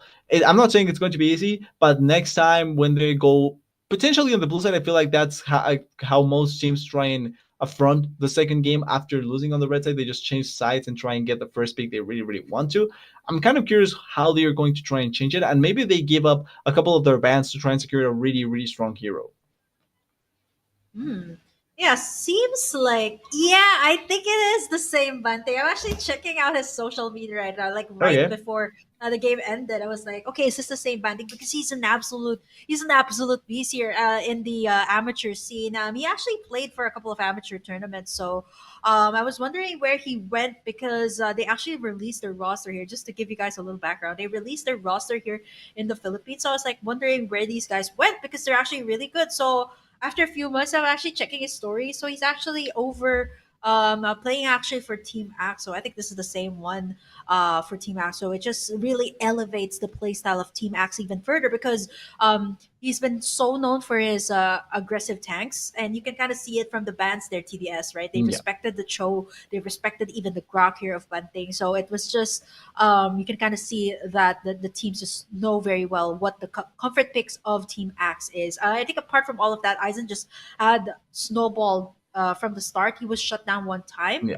but eventually, you know what? It didn't matter for Aizen, the Lancelot Aizen, like what I was saying, because seven M Dan, the Brody was already dishing out too much damage. So Aizen just did his work, made Yeah. sure that Brody was able to scale up, and it's all good here for Team Axe for this game.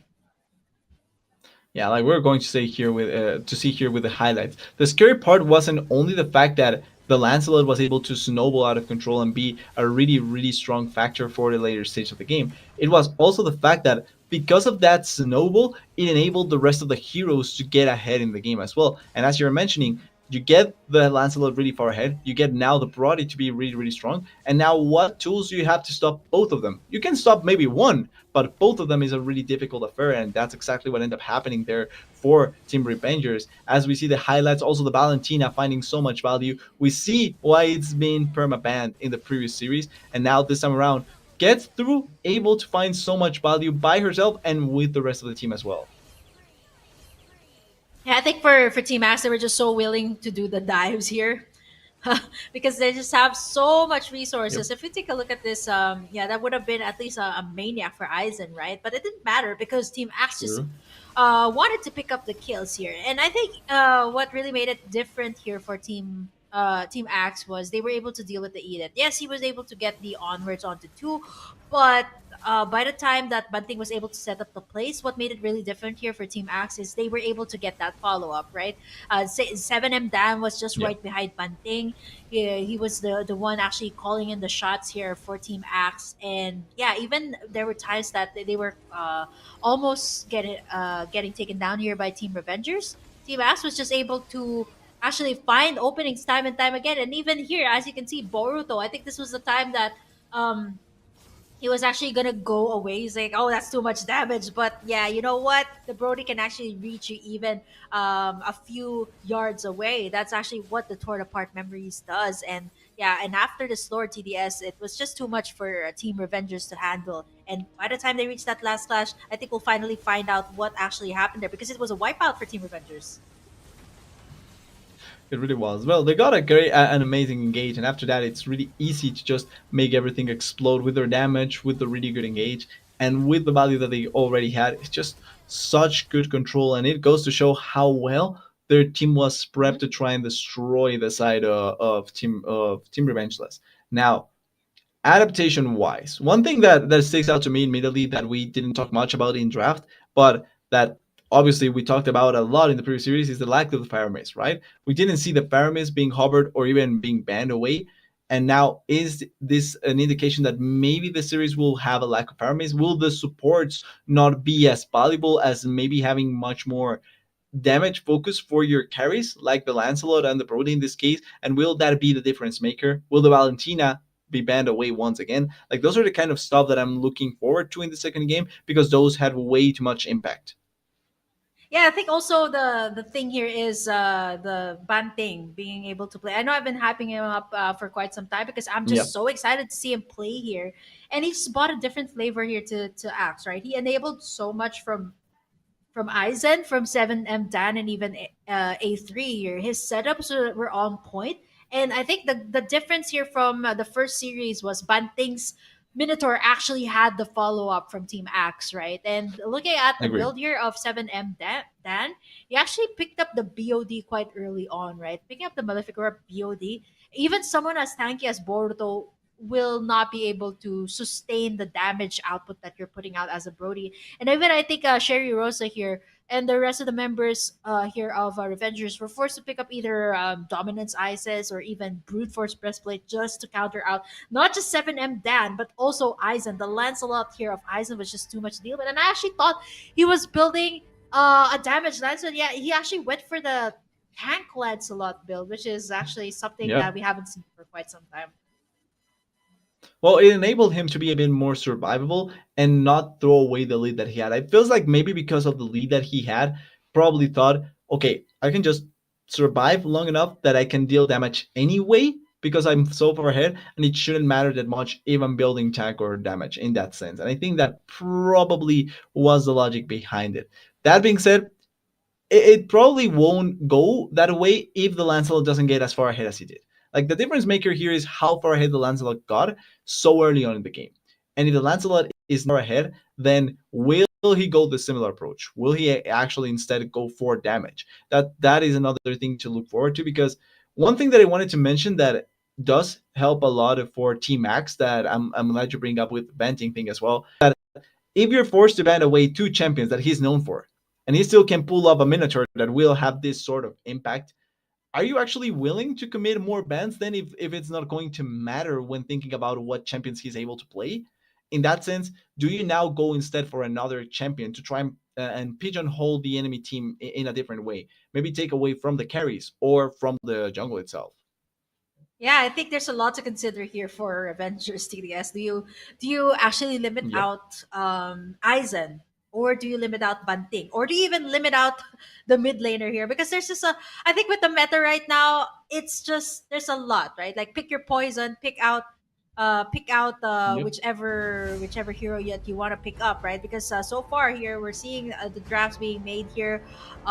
It's gonna be Revengers over on the blue side, and red side is gonna go to Team Axe. And once again, Revengers respecting the Fanny here of I believe it's gonna be Aizen, right? They're not gonna let it slide for this game. Are they gonna actually take away the Lancelot that had a spectacular performance, or is Boruto or is their jungler gonna go for the Lancelot themselves? Yeah, it's going to be an interesting decision here where they want to try and take away. And it makes sense they ban away this sort of more assassin type of carries for Aizen to not have as much freedom and mobility as possible to try and carry the game out. Now, will they try and put even more pressure on him? That's kind of the question that we're both asking ourselves. And also, what are they going to open if they open up bans for that?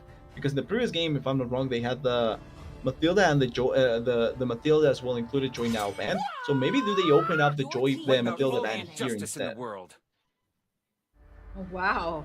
It's a very early ban of the show here of That's an Bunting. early I think show. they're really yeah, they're really anticipating like they might actually without I think at this point like the blue side for Team Revengers, they can pretty much ban out whatever they want, leave out the supports here, make sure that Axe is actually the one to ban it away. Since they're on the blue side, they can actually pick it up first. True. There's also the question of the Valentina here. And just as I mentioned it, there you have it. The ban goes Yep. through. Actually, I don't think Revengers is going to pick it up for themselves. I think that's a double support ban. So here we have it.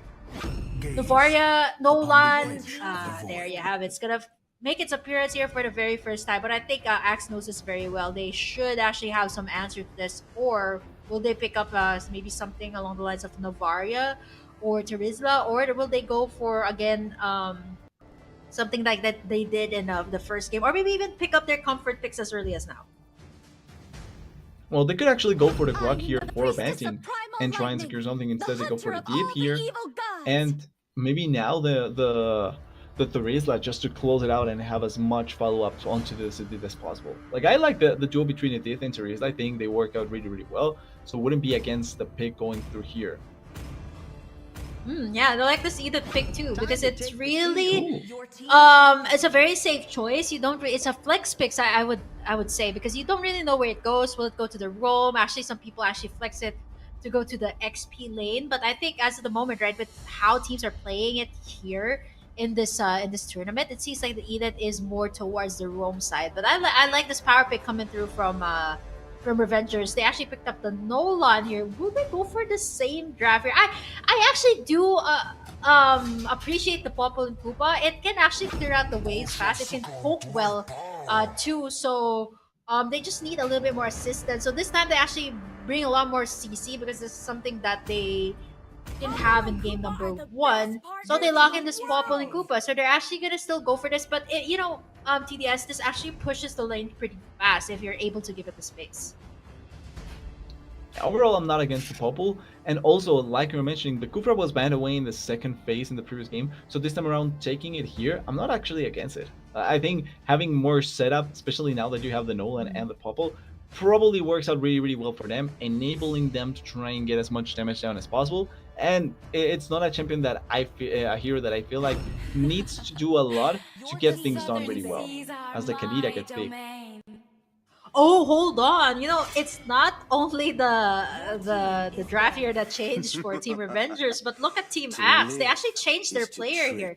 It's no longer A3 playing on the mid lane. It's actually Nanos X. So let's see if this will actually bring a more aggressive mid laner, because looking at the Kadita, usually these are the type of mid laners that are so good with Valentina, that are so good with the mages, like even Selena, right? The assassin type of mages that can really make it a hard time for the Papa and Koopa. I have yet to see as well the Kaja here in case this Edith will be going to the XP lane. So they take away another hero that can poke, which is the Novaria, which has actually been overlooked by our teams here in the first phase. Yeah, taking it away right now as they went for the Kadita, they are now taking the Novaria. So taking a hit onto probably the mages that we see more commonly in that sense. Now, like you were mentioning, the Lancelot, the last band, but I'm surprised we haven't seen the Kaja at all. Even just Hubbard. Like, it's surprising that a hero that I feel like has so yeah, much there you value. go. It's kind of overlooked, but yeah, it wasn't banned. It's probably going to go to banting here. Yeah, I think this was a respect ban that was given in game number one. I was actually expecting Axe to pick it up in the for their last pick, right? But since they consider the Kadita as well, they need to have that range. I really like this draft from Avengers, right? They got two solid front lines, two tanks at that, to tank up the damage. As compared to Axe that has more of like the pick off types, more of the 7 type. I think they're only problem here is going to be the Grok here of Panting. Once it lands that nice wild charge, especially on the board, especially on that Popple and Koopa, it's going to be really hard. And the thing too is Axe needs to contain this Nolan as well for it not to snowball.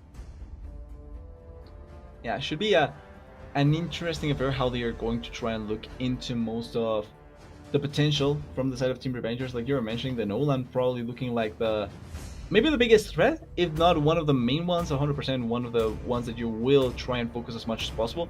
But if they are able to find good picks on the side of Team Axe, I do think that they have good tools to try and find the picks and try and blow out someone as soon as they can. Wow. Can I just say wow? Because while we were talking about all of the like Nolan, right? That's the first time it popped up. But the Yin, I get so excited when I see this in professional play because I'm just very curious on how the teams will utilize it. Because I've seen this being used like only once in my entire casting career that I've seen this Yin being used as a jungler. And I think it's a great answer to the Did it work? And the Popple group of yes, it did work for that team. It actually came down to a point where they had to ban the Yin. But I think, I don't know, have you ever encountered this hero? Because I really hate this, especially when you're playing in the lower rank. This hero can just really one hit you, especially if you get into the domain expansion. I mean, it's rocking a Jujutsu Kaisen skin. So yeah, I mean, once you get enclosed in that domain or you get trapped by the Yin, it's so difficult to get out, right? Especially if you're really squishy, especially if you're playing a Gourd and a Popple and Koopa, not unless they're gonna build an extra tank here. So again, snowball factor is very important here, TDS, for both the Nolan and the Yin to be able to get the items that they need to be able to dish out the damage that they want. But again, you have to consider as well the comfort picks coming out from the side of Team Axe. Banting's gonna be unleashing his Grok here for this game. Pretty much already looking to try and make stuff happen as aggressive as possible. I like this from Banting. One thing that was pretty clear in the previous game, worked out sometimes, didn't work out others, but it's the aggressiveness that he tries to look for certain picks and try and just set up immediately for the team. Sometimes it works, sometimes obviously you can get messed up. Oh wait, R4 already a bit forced into the turret. No! Immediate engage there. Okay, so here's the thing about very well done there by Aizen. Aizen on the Kufra this time. But you know, Team Axe actually finds another one for themselves solo as well, getting killed there by Team Axe. And now we see Banting rotating over here to the top side. Petrify has been unleashed, so they aren't going to be able to use that. R4 was actually taken out quite early because this is something that they need to do for Avengers, right? Make sure that their gold laner is farmed up because we haven't seen Silence so much in game number 1. It wasn't really a good opportunity for the Popple to really pop off because consistently he was getting shut down and that came from the Lancelot being really far ahead. But if you're able to enable Popple to find a lot of value, as we see Jed also dying, the Diet not really finding the kill, and Gord as well, the Jhin. Okay, it's been a 1-for-1 actually. It's 1-for-1, but the Jhin gaining the kill is actually not a bad trade if you ask me. Yeah, I mean, come on. Isaac just locked him up there. I think 2 hits was able to delete the solo there from the map. And we see Boruto here as well. It's a bit slow here, but look at how fast he's chunking down that turtle. Aizen gonna dive in onto Jed on the Edith. Let's see who's gonna be able to take it. It's gonna be Boruto with the Retribution. And now we see Jed falling down real low. There's the Glorious Pathway onto Jed, but there's a knockup from the Kadita. Vengeance gonna be popped here. But Giant is not going to be able to survive. There's a bit of rush from the backside as Banting will fall down as well. Double kill for Sherry Rosa. Yeah, the plan not working out the best. Wait, oh, that's again Jhin looking for the kill. I like that Aizen is looking so proactively aggressive for this sort of plays, even if they don't work out the best. And you know what's really funny about having the yin, right? Like everybody camps out after you're done. But whoa, wait, hold on, one thing. He goes in for the wild charge, and now Sherry Rosa with 1 HP left goes in for the glorious pathway and is able to escape Team Axe with the nice answer, with the nice follow-up. Really lucky escape there at the end, able to run away, but one engaged by Banting, getting the double knockup, getting the kill. It's still not the best of spots to be in as Team Axe because they are quite behind in gold, but overall able to go tit for tat in some of these plays, working out for them to a really good degree. Jed as well, being able to push down the bottom side. He's able to get that half gold plating care of this. I like this Hylos pick, right? It's just really cancel out the fact that Jed isn't able to go in for the place. Banting once again goes in for the knockup, goes in for the wild charge, but you're not able to get anyone. Instead, he gets in close in the domain. Aizen gonna wait for the proper moment. Aizen, he's gonna be able. He's dead, yeah. No, he's not. He's actually down. Here's the downside about having the yin, right? Like if you actually don't manage to pick off your opponent inside your domain, it's gonna bounce back. It's kind of like a double-edged sword. But here we have Solo popping in that Purify. Nano's not gonna be able to commit more here, as he knows that Aizen's just around the corner here. And here's the thing too, TDS. What makes it really hard here for Team Axe is the Qualifier of Aizen that has just been so he's not frugal when it comes to his flickers, right? When it comes to his dives, because he's just been setting up the place here for Team Revengers so far. Yeah. And it's been really consistent the way that they've been able to set up things going for their team. And I like how aggressive they are looking. Ooh, missing out themselves there, but still looking for the play here onto the bot side. Jed almost died there. Yep, he pops in that Primal Rat, but that's gonna be Jed falling.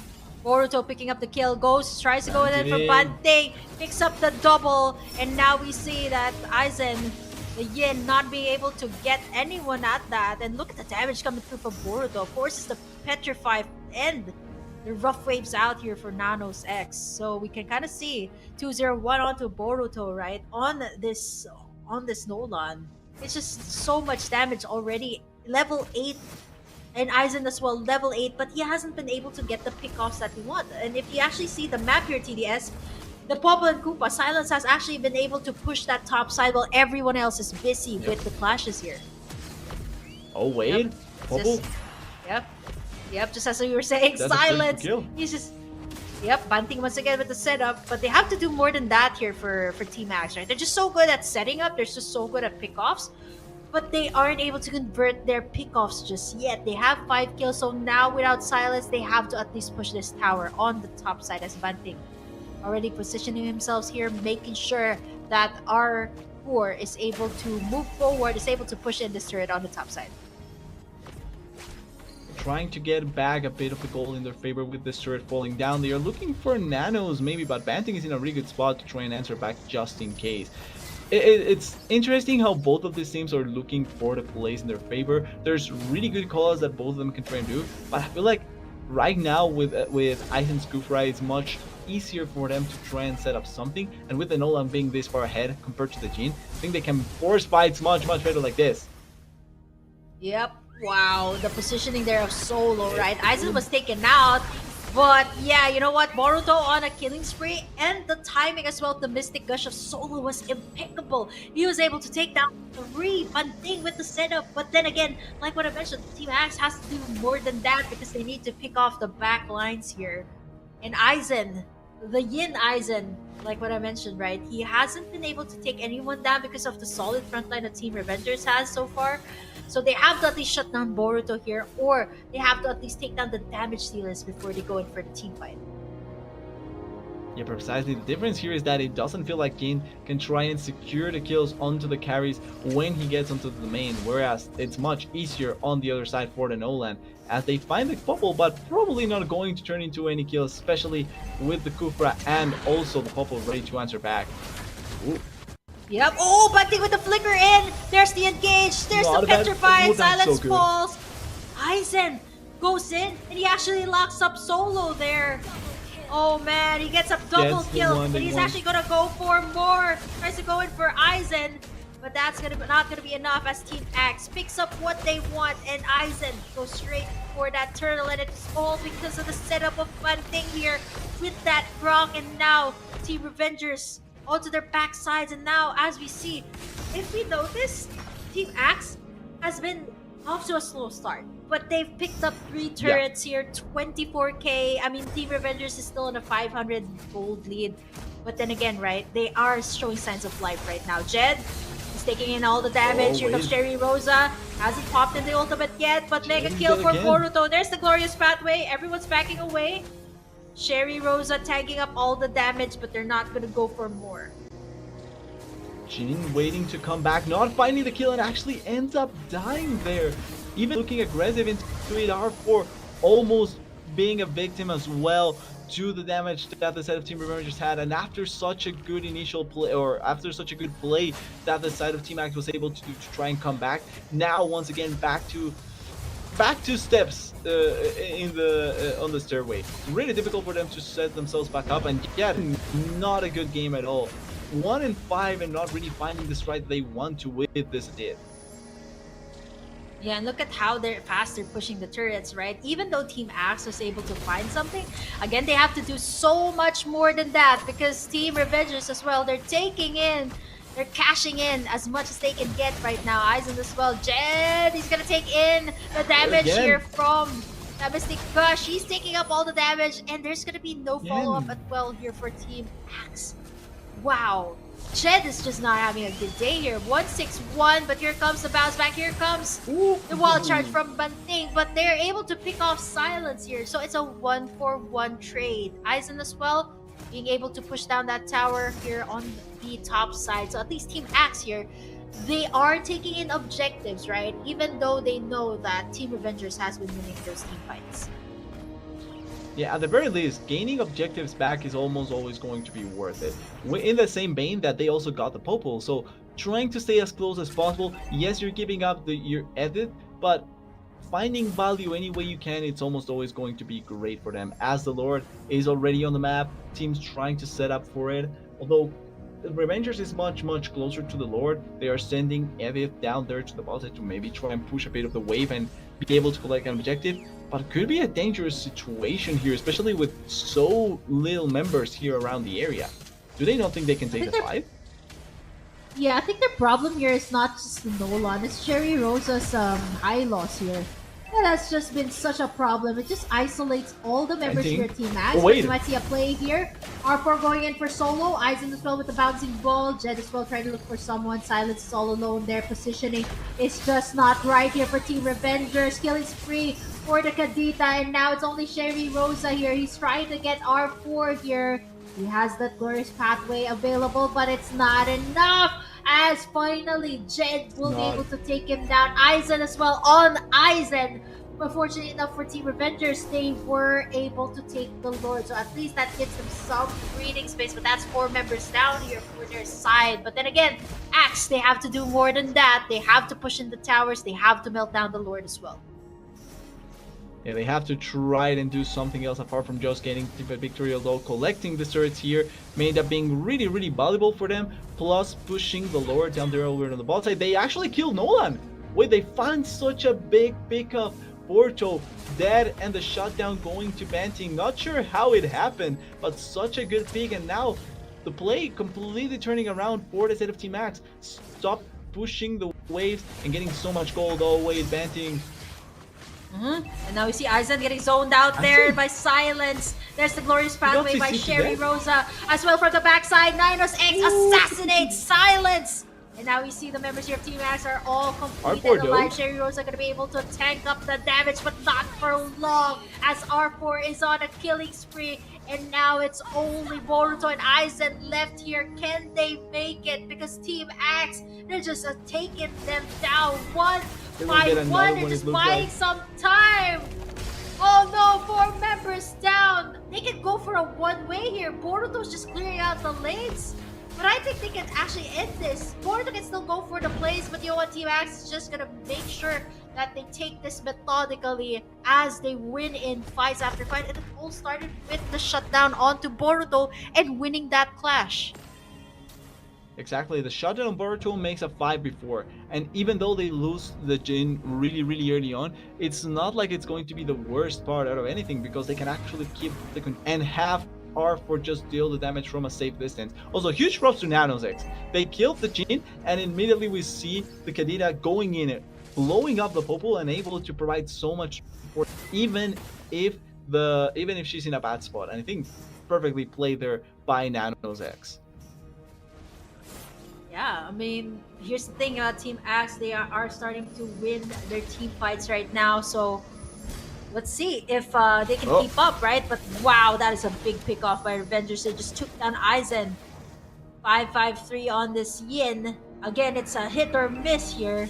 And now we see that Nanos as well, they have to back away because numbers advantage are on the side of Team Revengers. They're gonna look to try and take the score because Aizen's already down. Half HP, look at how fast the Nolan is combined with the Popple Koopa, but I think Team Axe is just gonna go for the pickoffs here. Silence falls, and who takes the Lord? Yep, it is going to be Team Revengers picking up the Lord, but once again, Team Axe, they're looking to try and get that wipeout. Solo forced to pop in that Purify, but will it be enough? The Primal Red is not enough. Oh no, they got the Lord. This is the same thing again. Can they get the... Oh, they find Boruto, they find him. So he's able to stash out as Team Axe continues the pressure here. Are they gonna even consider this Lord? They're gonna try and to go for the push. Yeah, but again, there's so much. But they goes in for Boruto's the dead.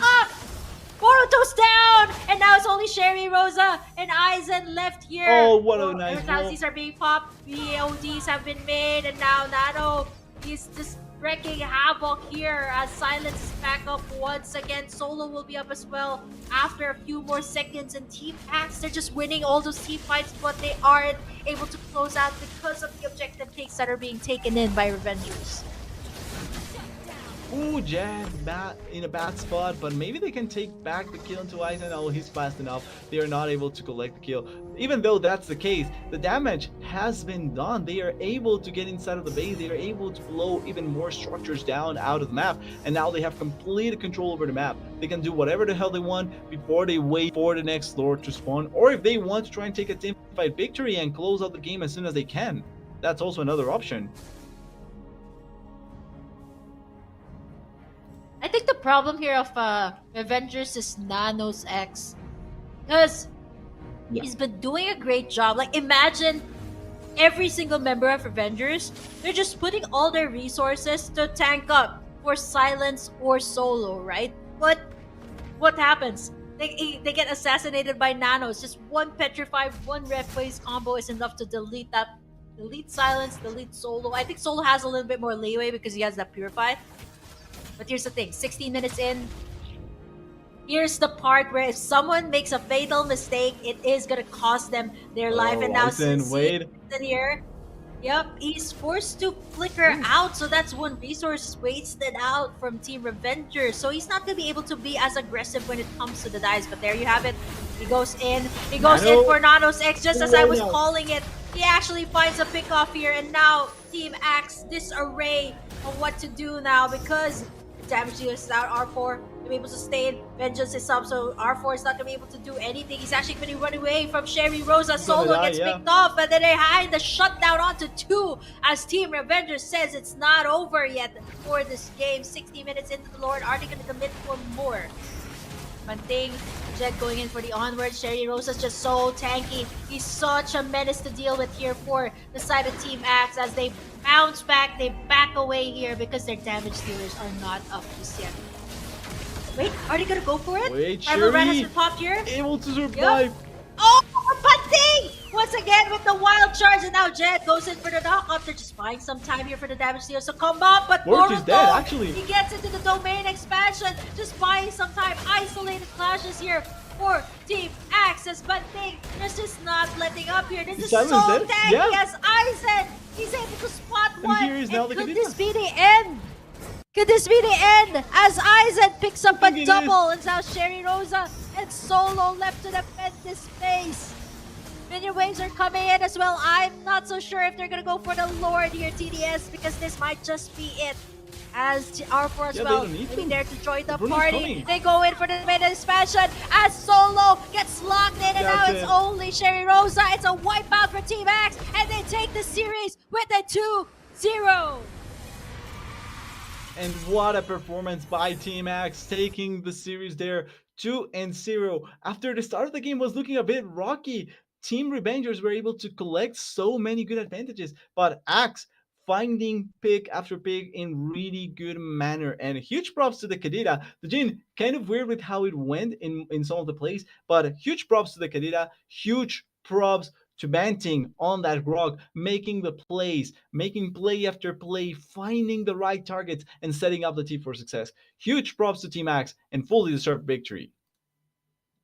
Yeah, I mean there were times that okay, can Team X actually make it? There were times that they were actually losing the team fights, right? Because of Sherry Rosa, because of Yeah, all the tanks that Team Revengers just fielded out in this game. But Team X, they were just able to get those isolated kills, right? In the last yeah, few minutes of the game, and now they close it out with a clean sweep, and now they actually qualify to the quarterfinals alongside Void Esports here. The qualifiers, the qualifiers for Q2. So they will be moving forward. Nicely done, nicely executed. They started out slow, but they managed to close out the game.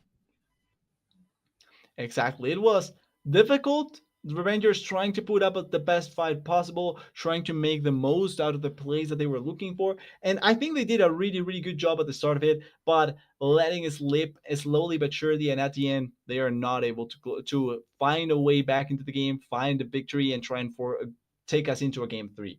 For Team Max, now that they are secured to go into into the next round of it, that I'm excited to see how they play. Like I wasn't, I didn't know much about Banting. I'm a believer now of Banting. I'm excited to see how he's going to keep on performing, what he's going to provide for the team, and how much value will he bring forth. Definitely, right? I hyped this guy up really well, and you can kind of see it Yeah, from the bands, right? Respect, but they completely forgot one pick, which exactly. was the ground. I think overall, apart from Bunting, everyone else, Nanos X, I think on the Candida performed really well. Agree. R4 on the Bruno as well.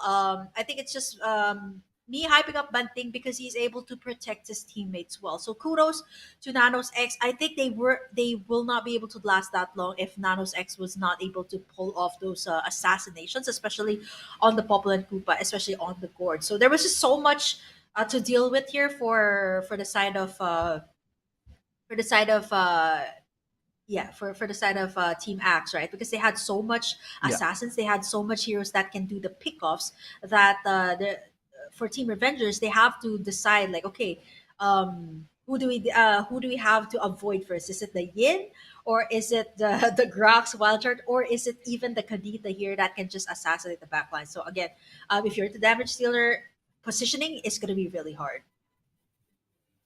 exactly. I think the Kadita turned out to be the biggest threat of all. Like Jin, and I think this is what happened to Revengers in most of the fights.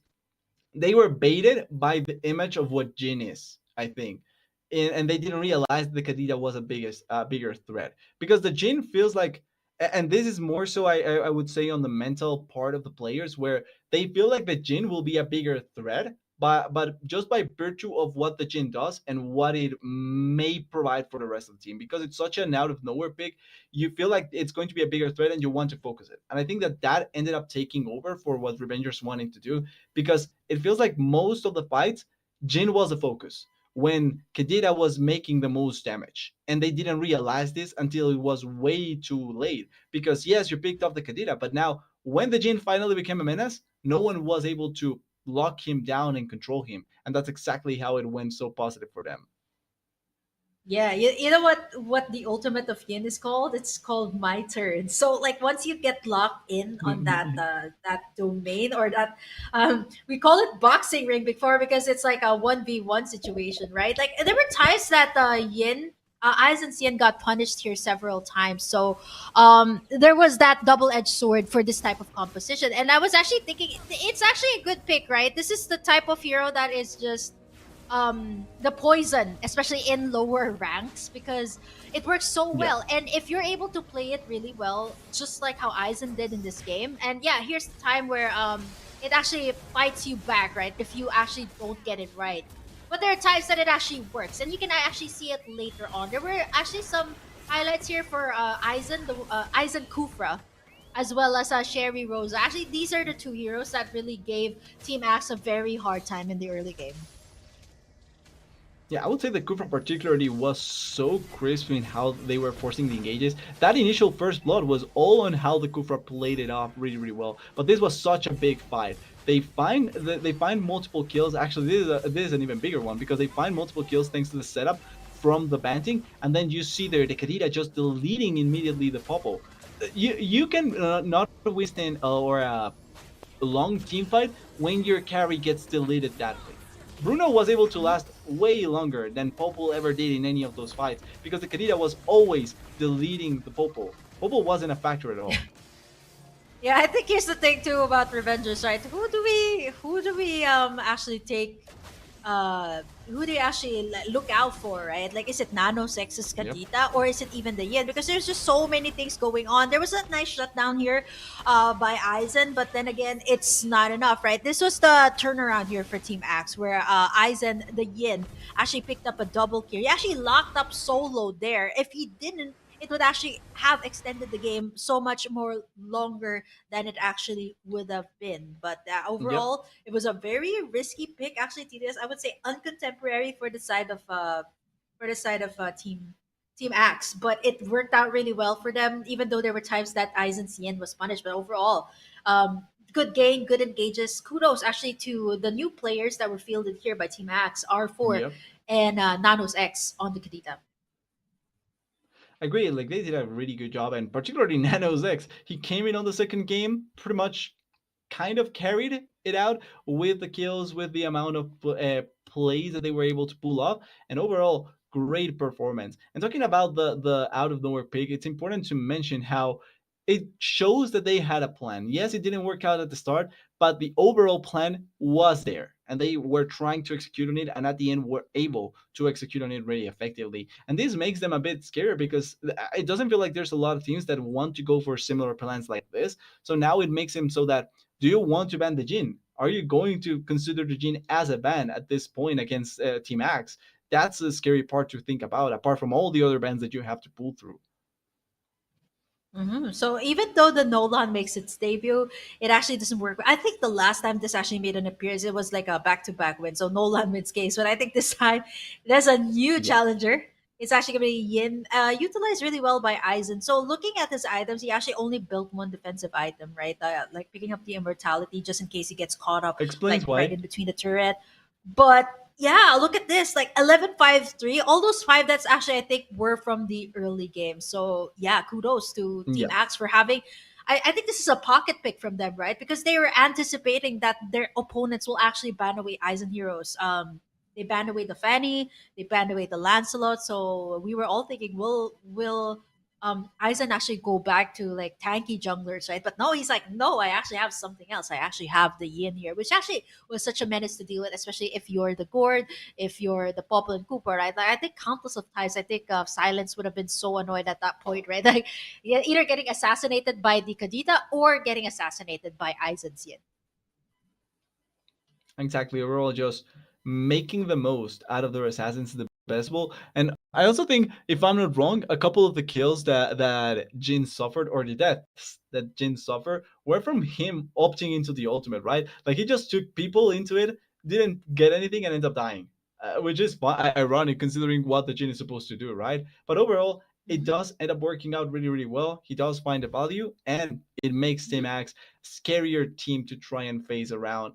As we know the results of today's matches, they were previously on the score, but the two teams, Team Axe and Team Boyd, and Boyd Esports, winning today, and hope we get to see more of them in the near future. Yep, we're actually going to be seeing more of them as they move forward here in our Yeah. tournaments. They're going to be going to the quarterfinals here for Q2. So we're actually going to be seeing more of them for Void and Team Axe in the next stages. But speaking of course, they're all fighting for a prize pool of 1,200.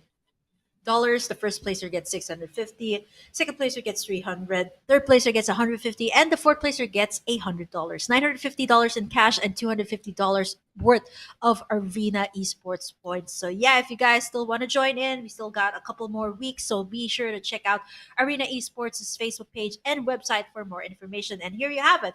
We're just here in our roadmap. Invitational qualifiers are done, so we have two teams moving forward, and we're also going to be having the open qualifiers as well to find out who will be the final six teams that will be joining in the teams here in the invitational qualifiers in the quarterfinals Q2. Exactly. There's still more tournaments playing, more teams to see, more qualifiers to end up looking till we reach the final point, which are the playoffs, as you see in the roadmap. There's still a lot of MLBB to be able to see, and a lot more opportunities for everyone out there that still wants to try and see what they can do or what they can showcase here in this tournament. And hopefully, we get to see more teams like that. Mhm. Yeah, I think the thing too about here is what really makes it exciting is that there's always like a monthly finals, and even the monthly finals actually Yeah. feels like the playoffs already. But there's only going to be 8 teams eventually from all of these monthly qualifiers or all of these monthly finals that will be proceeded to playoffs and then eventually moving towards the grand finals. So yeah, it's going to be a it's going to be a long road here for Arena Esports. And yeah, it's going to be TDS and, of course, me. We're not going to be going away. We're going to be keeping you guys company until, of course, the very end. But that's it for today's matches here, TDS. Any final thoughts here before we head out? I would say, apart from the fact that I'm looking forward to watching more of these teams playing as much as possible, I'm kind of interested in seeing how what else we're going to get the longer the tournament goes. Because not only or the longer we get more tournaments and see how the meta keeps on evolving. Because apart from the tournaments, we do know that there's the professional leagues over the world already kind of reaching the later parts of their seasons. So probably we're not going to get a lot of great opportunities to see what the meta is going to look like, at the very least for now. So I'm excited to see what is going to evolve, what is going to come out. Will Nolan keep on being permabanned, or will we see more answers to it after especially watching it lose out today here? So I'm excited to see what the teams will try and improve on and look for in the meta and find answers to a lot of the heroes. Yeah, I think I also believe that a couple of the support heroes will they still shine in the latter stages of the patch, right? Because after eventually, like you see all these Yep. OP heroes, they eventually get the nerf hammer after a while. So yeah, I have to see that, and it's gonna be a Yeah. long road here, TDS. We're gonna see a lot more games here, but that's it for us today here. It's Burger Kim and TDS. See you guys once again in the next Arena Esports. Sports is powered by Etisalat. Thank you so much to our strategic partner AD Gaming, as well as our broadcast partner, Playtonia Esports. Thank you so much, everyone, for watching this live stream. See you guys again in the next qualifiers as we close out this day. Bye bye, and see you guys next time.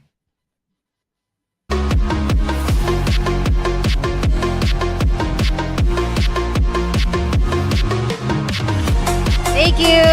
Woo!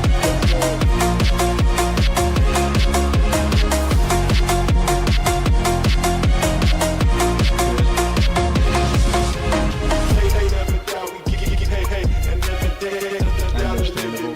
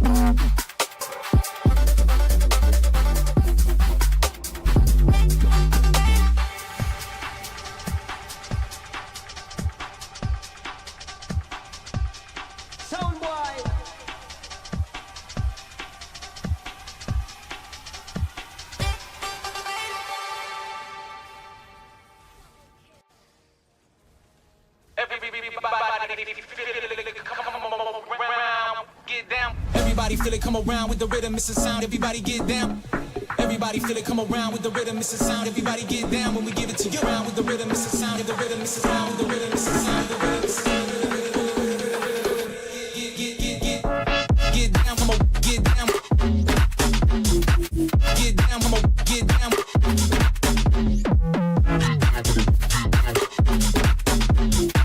Get down, come on, get down.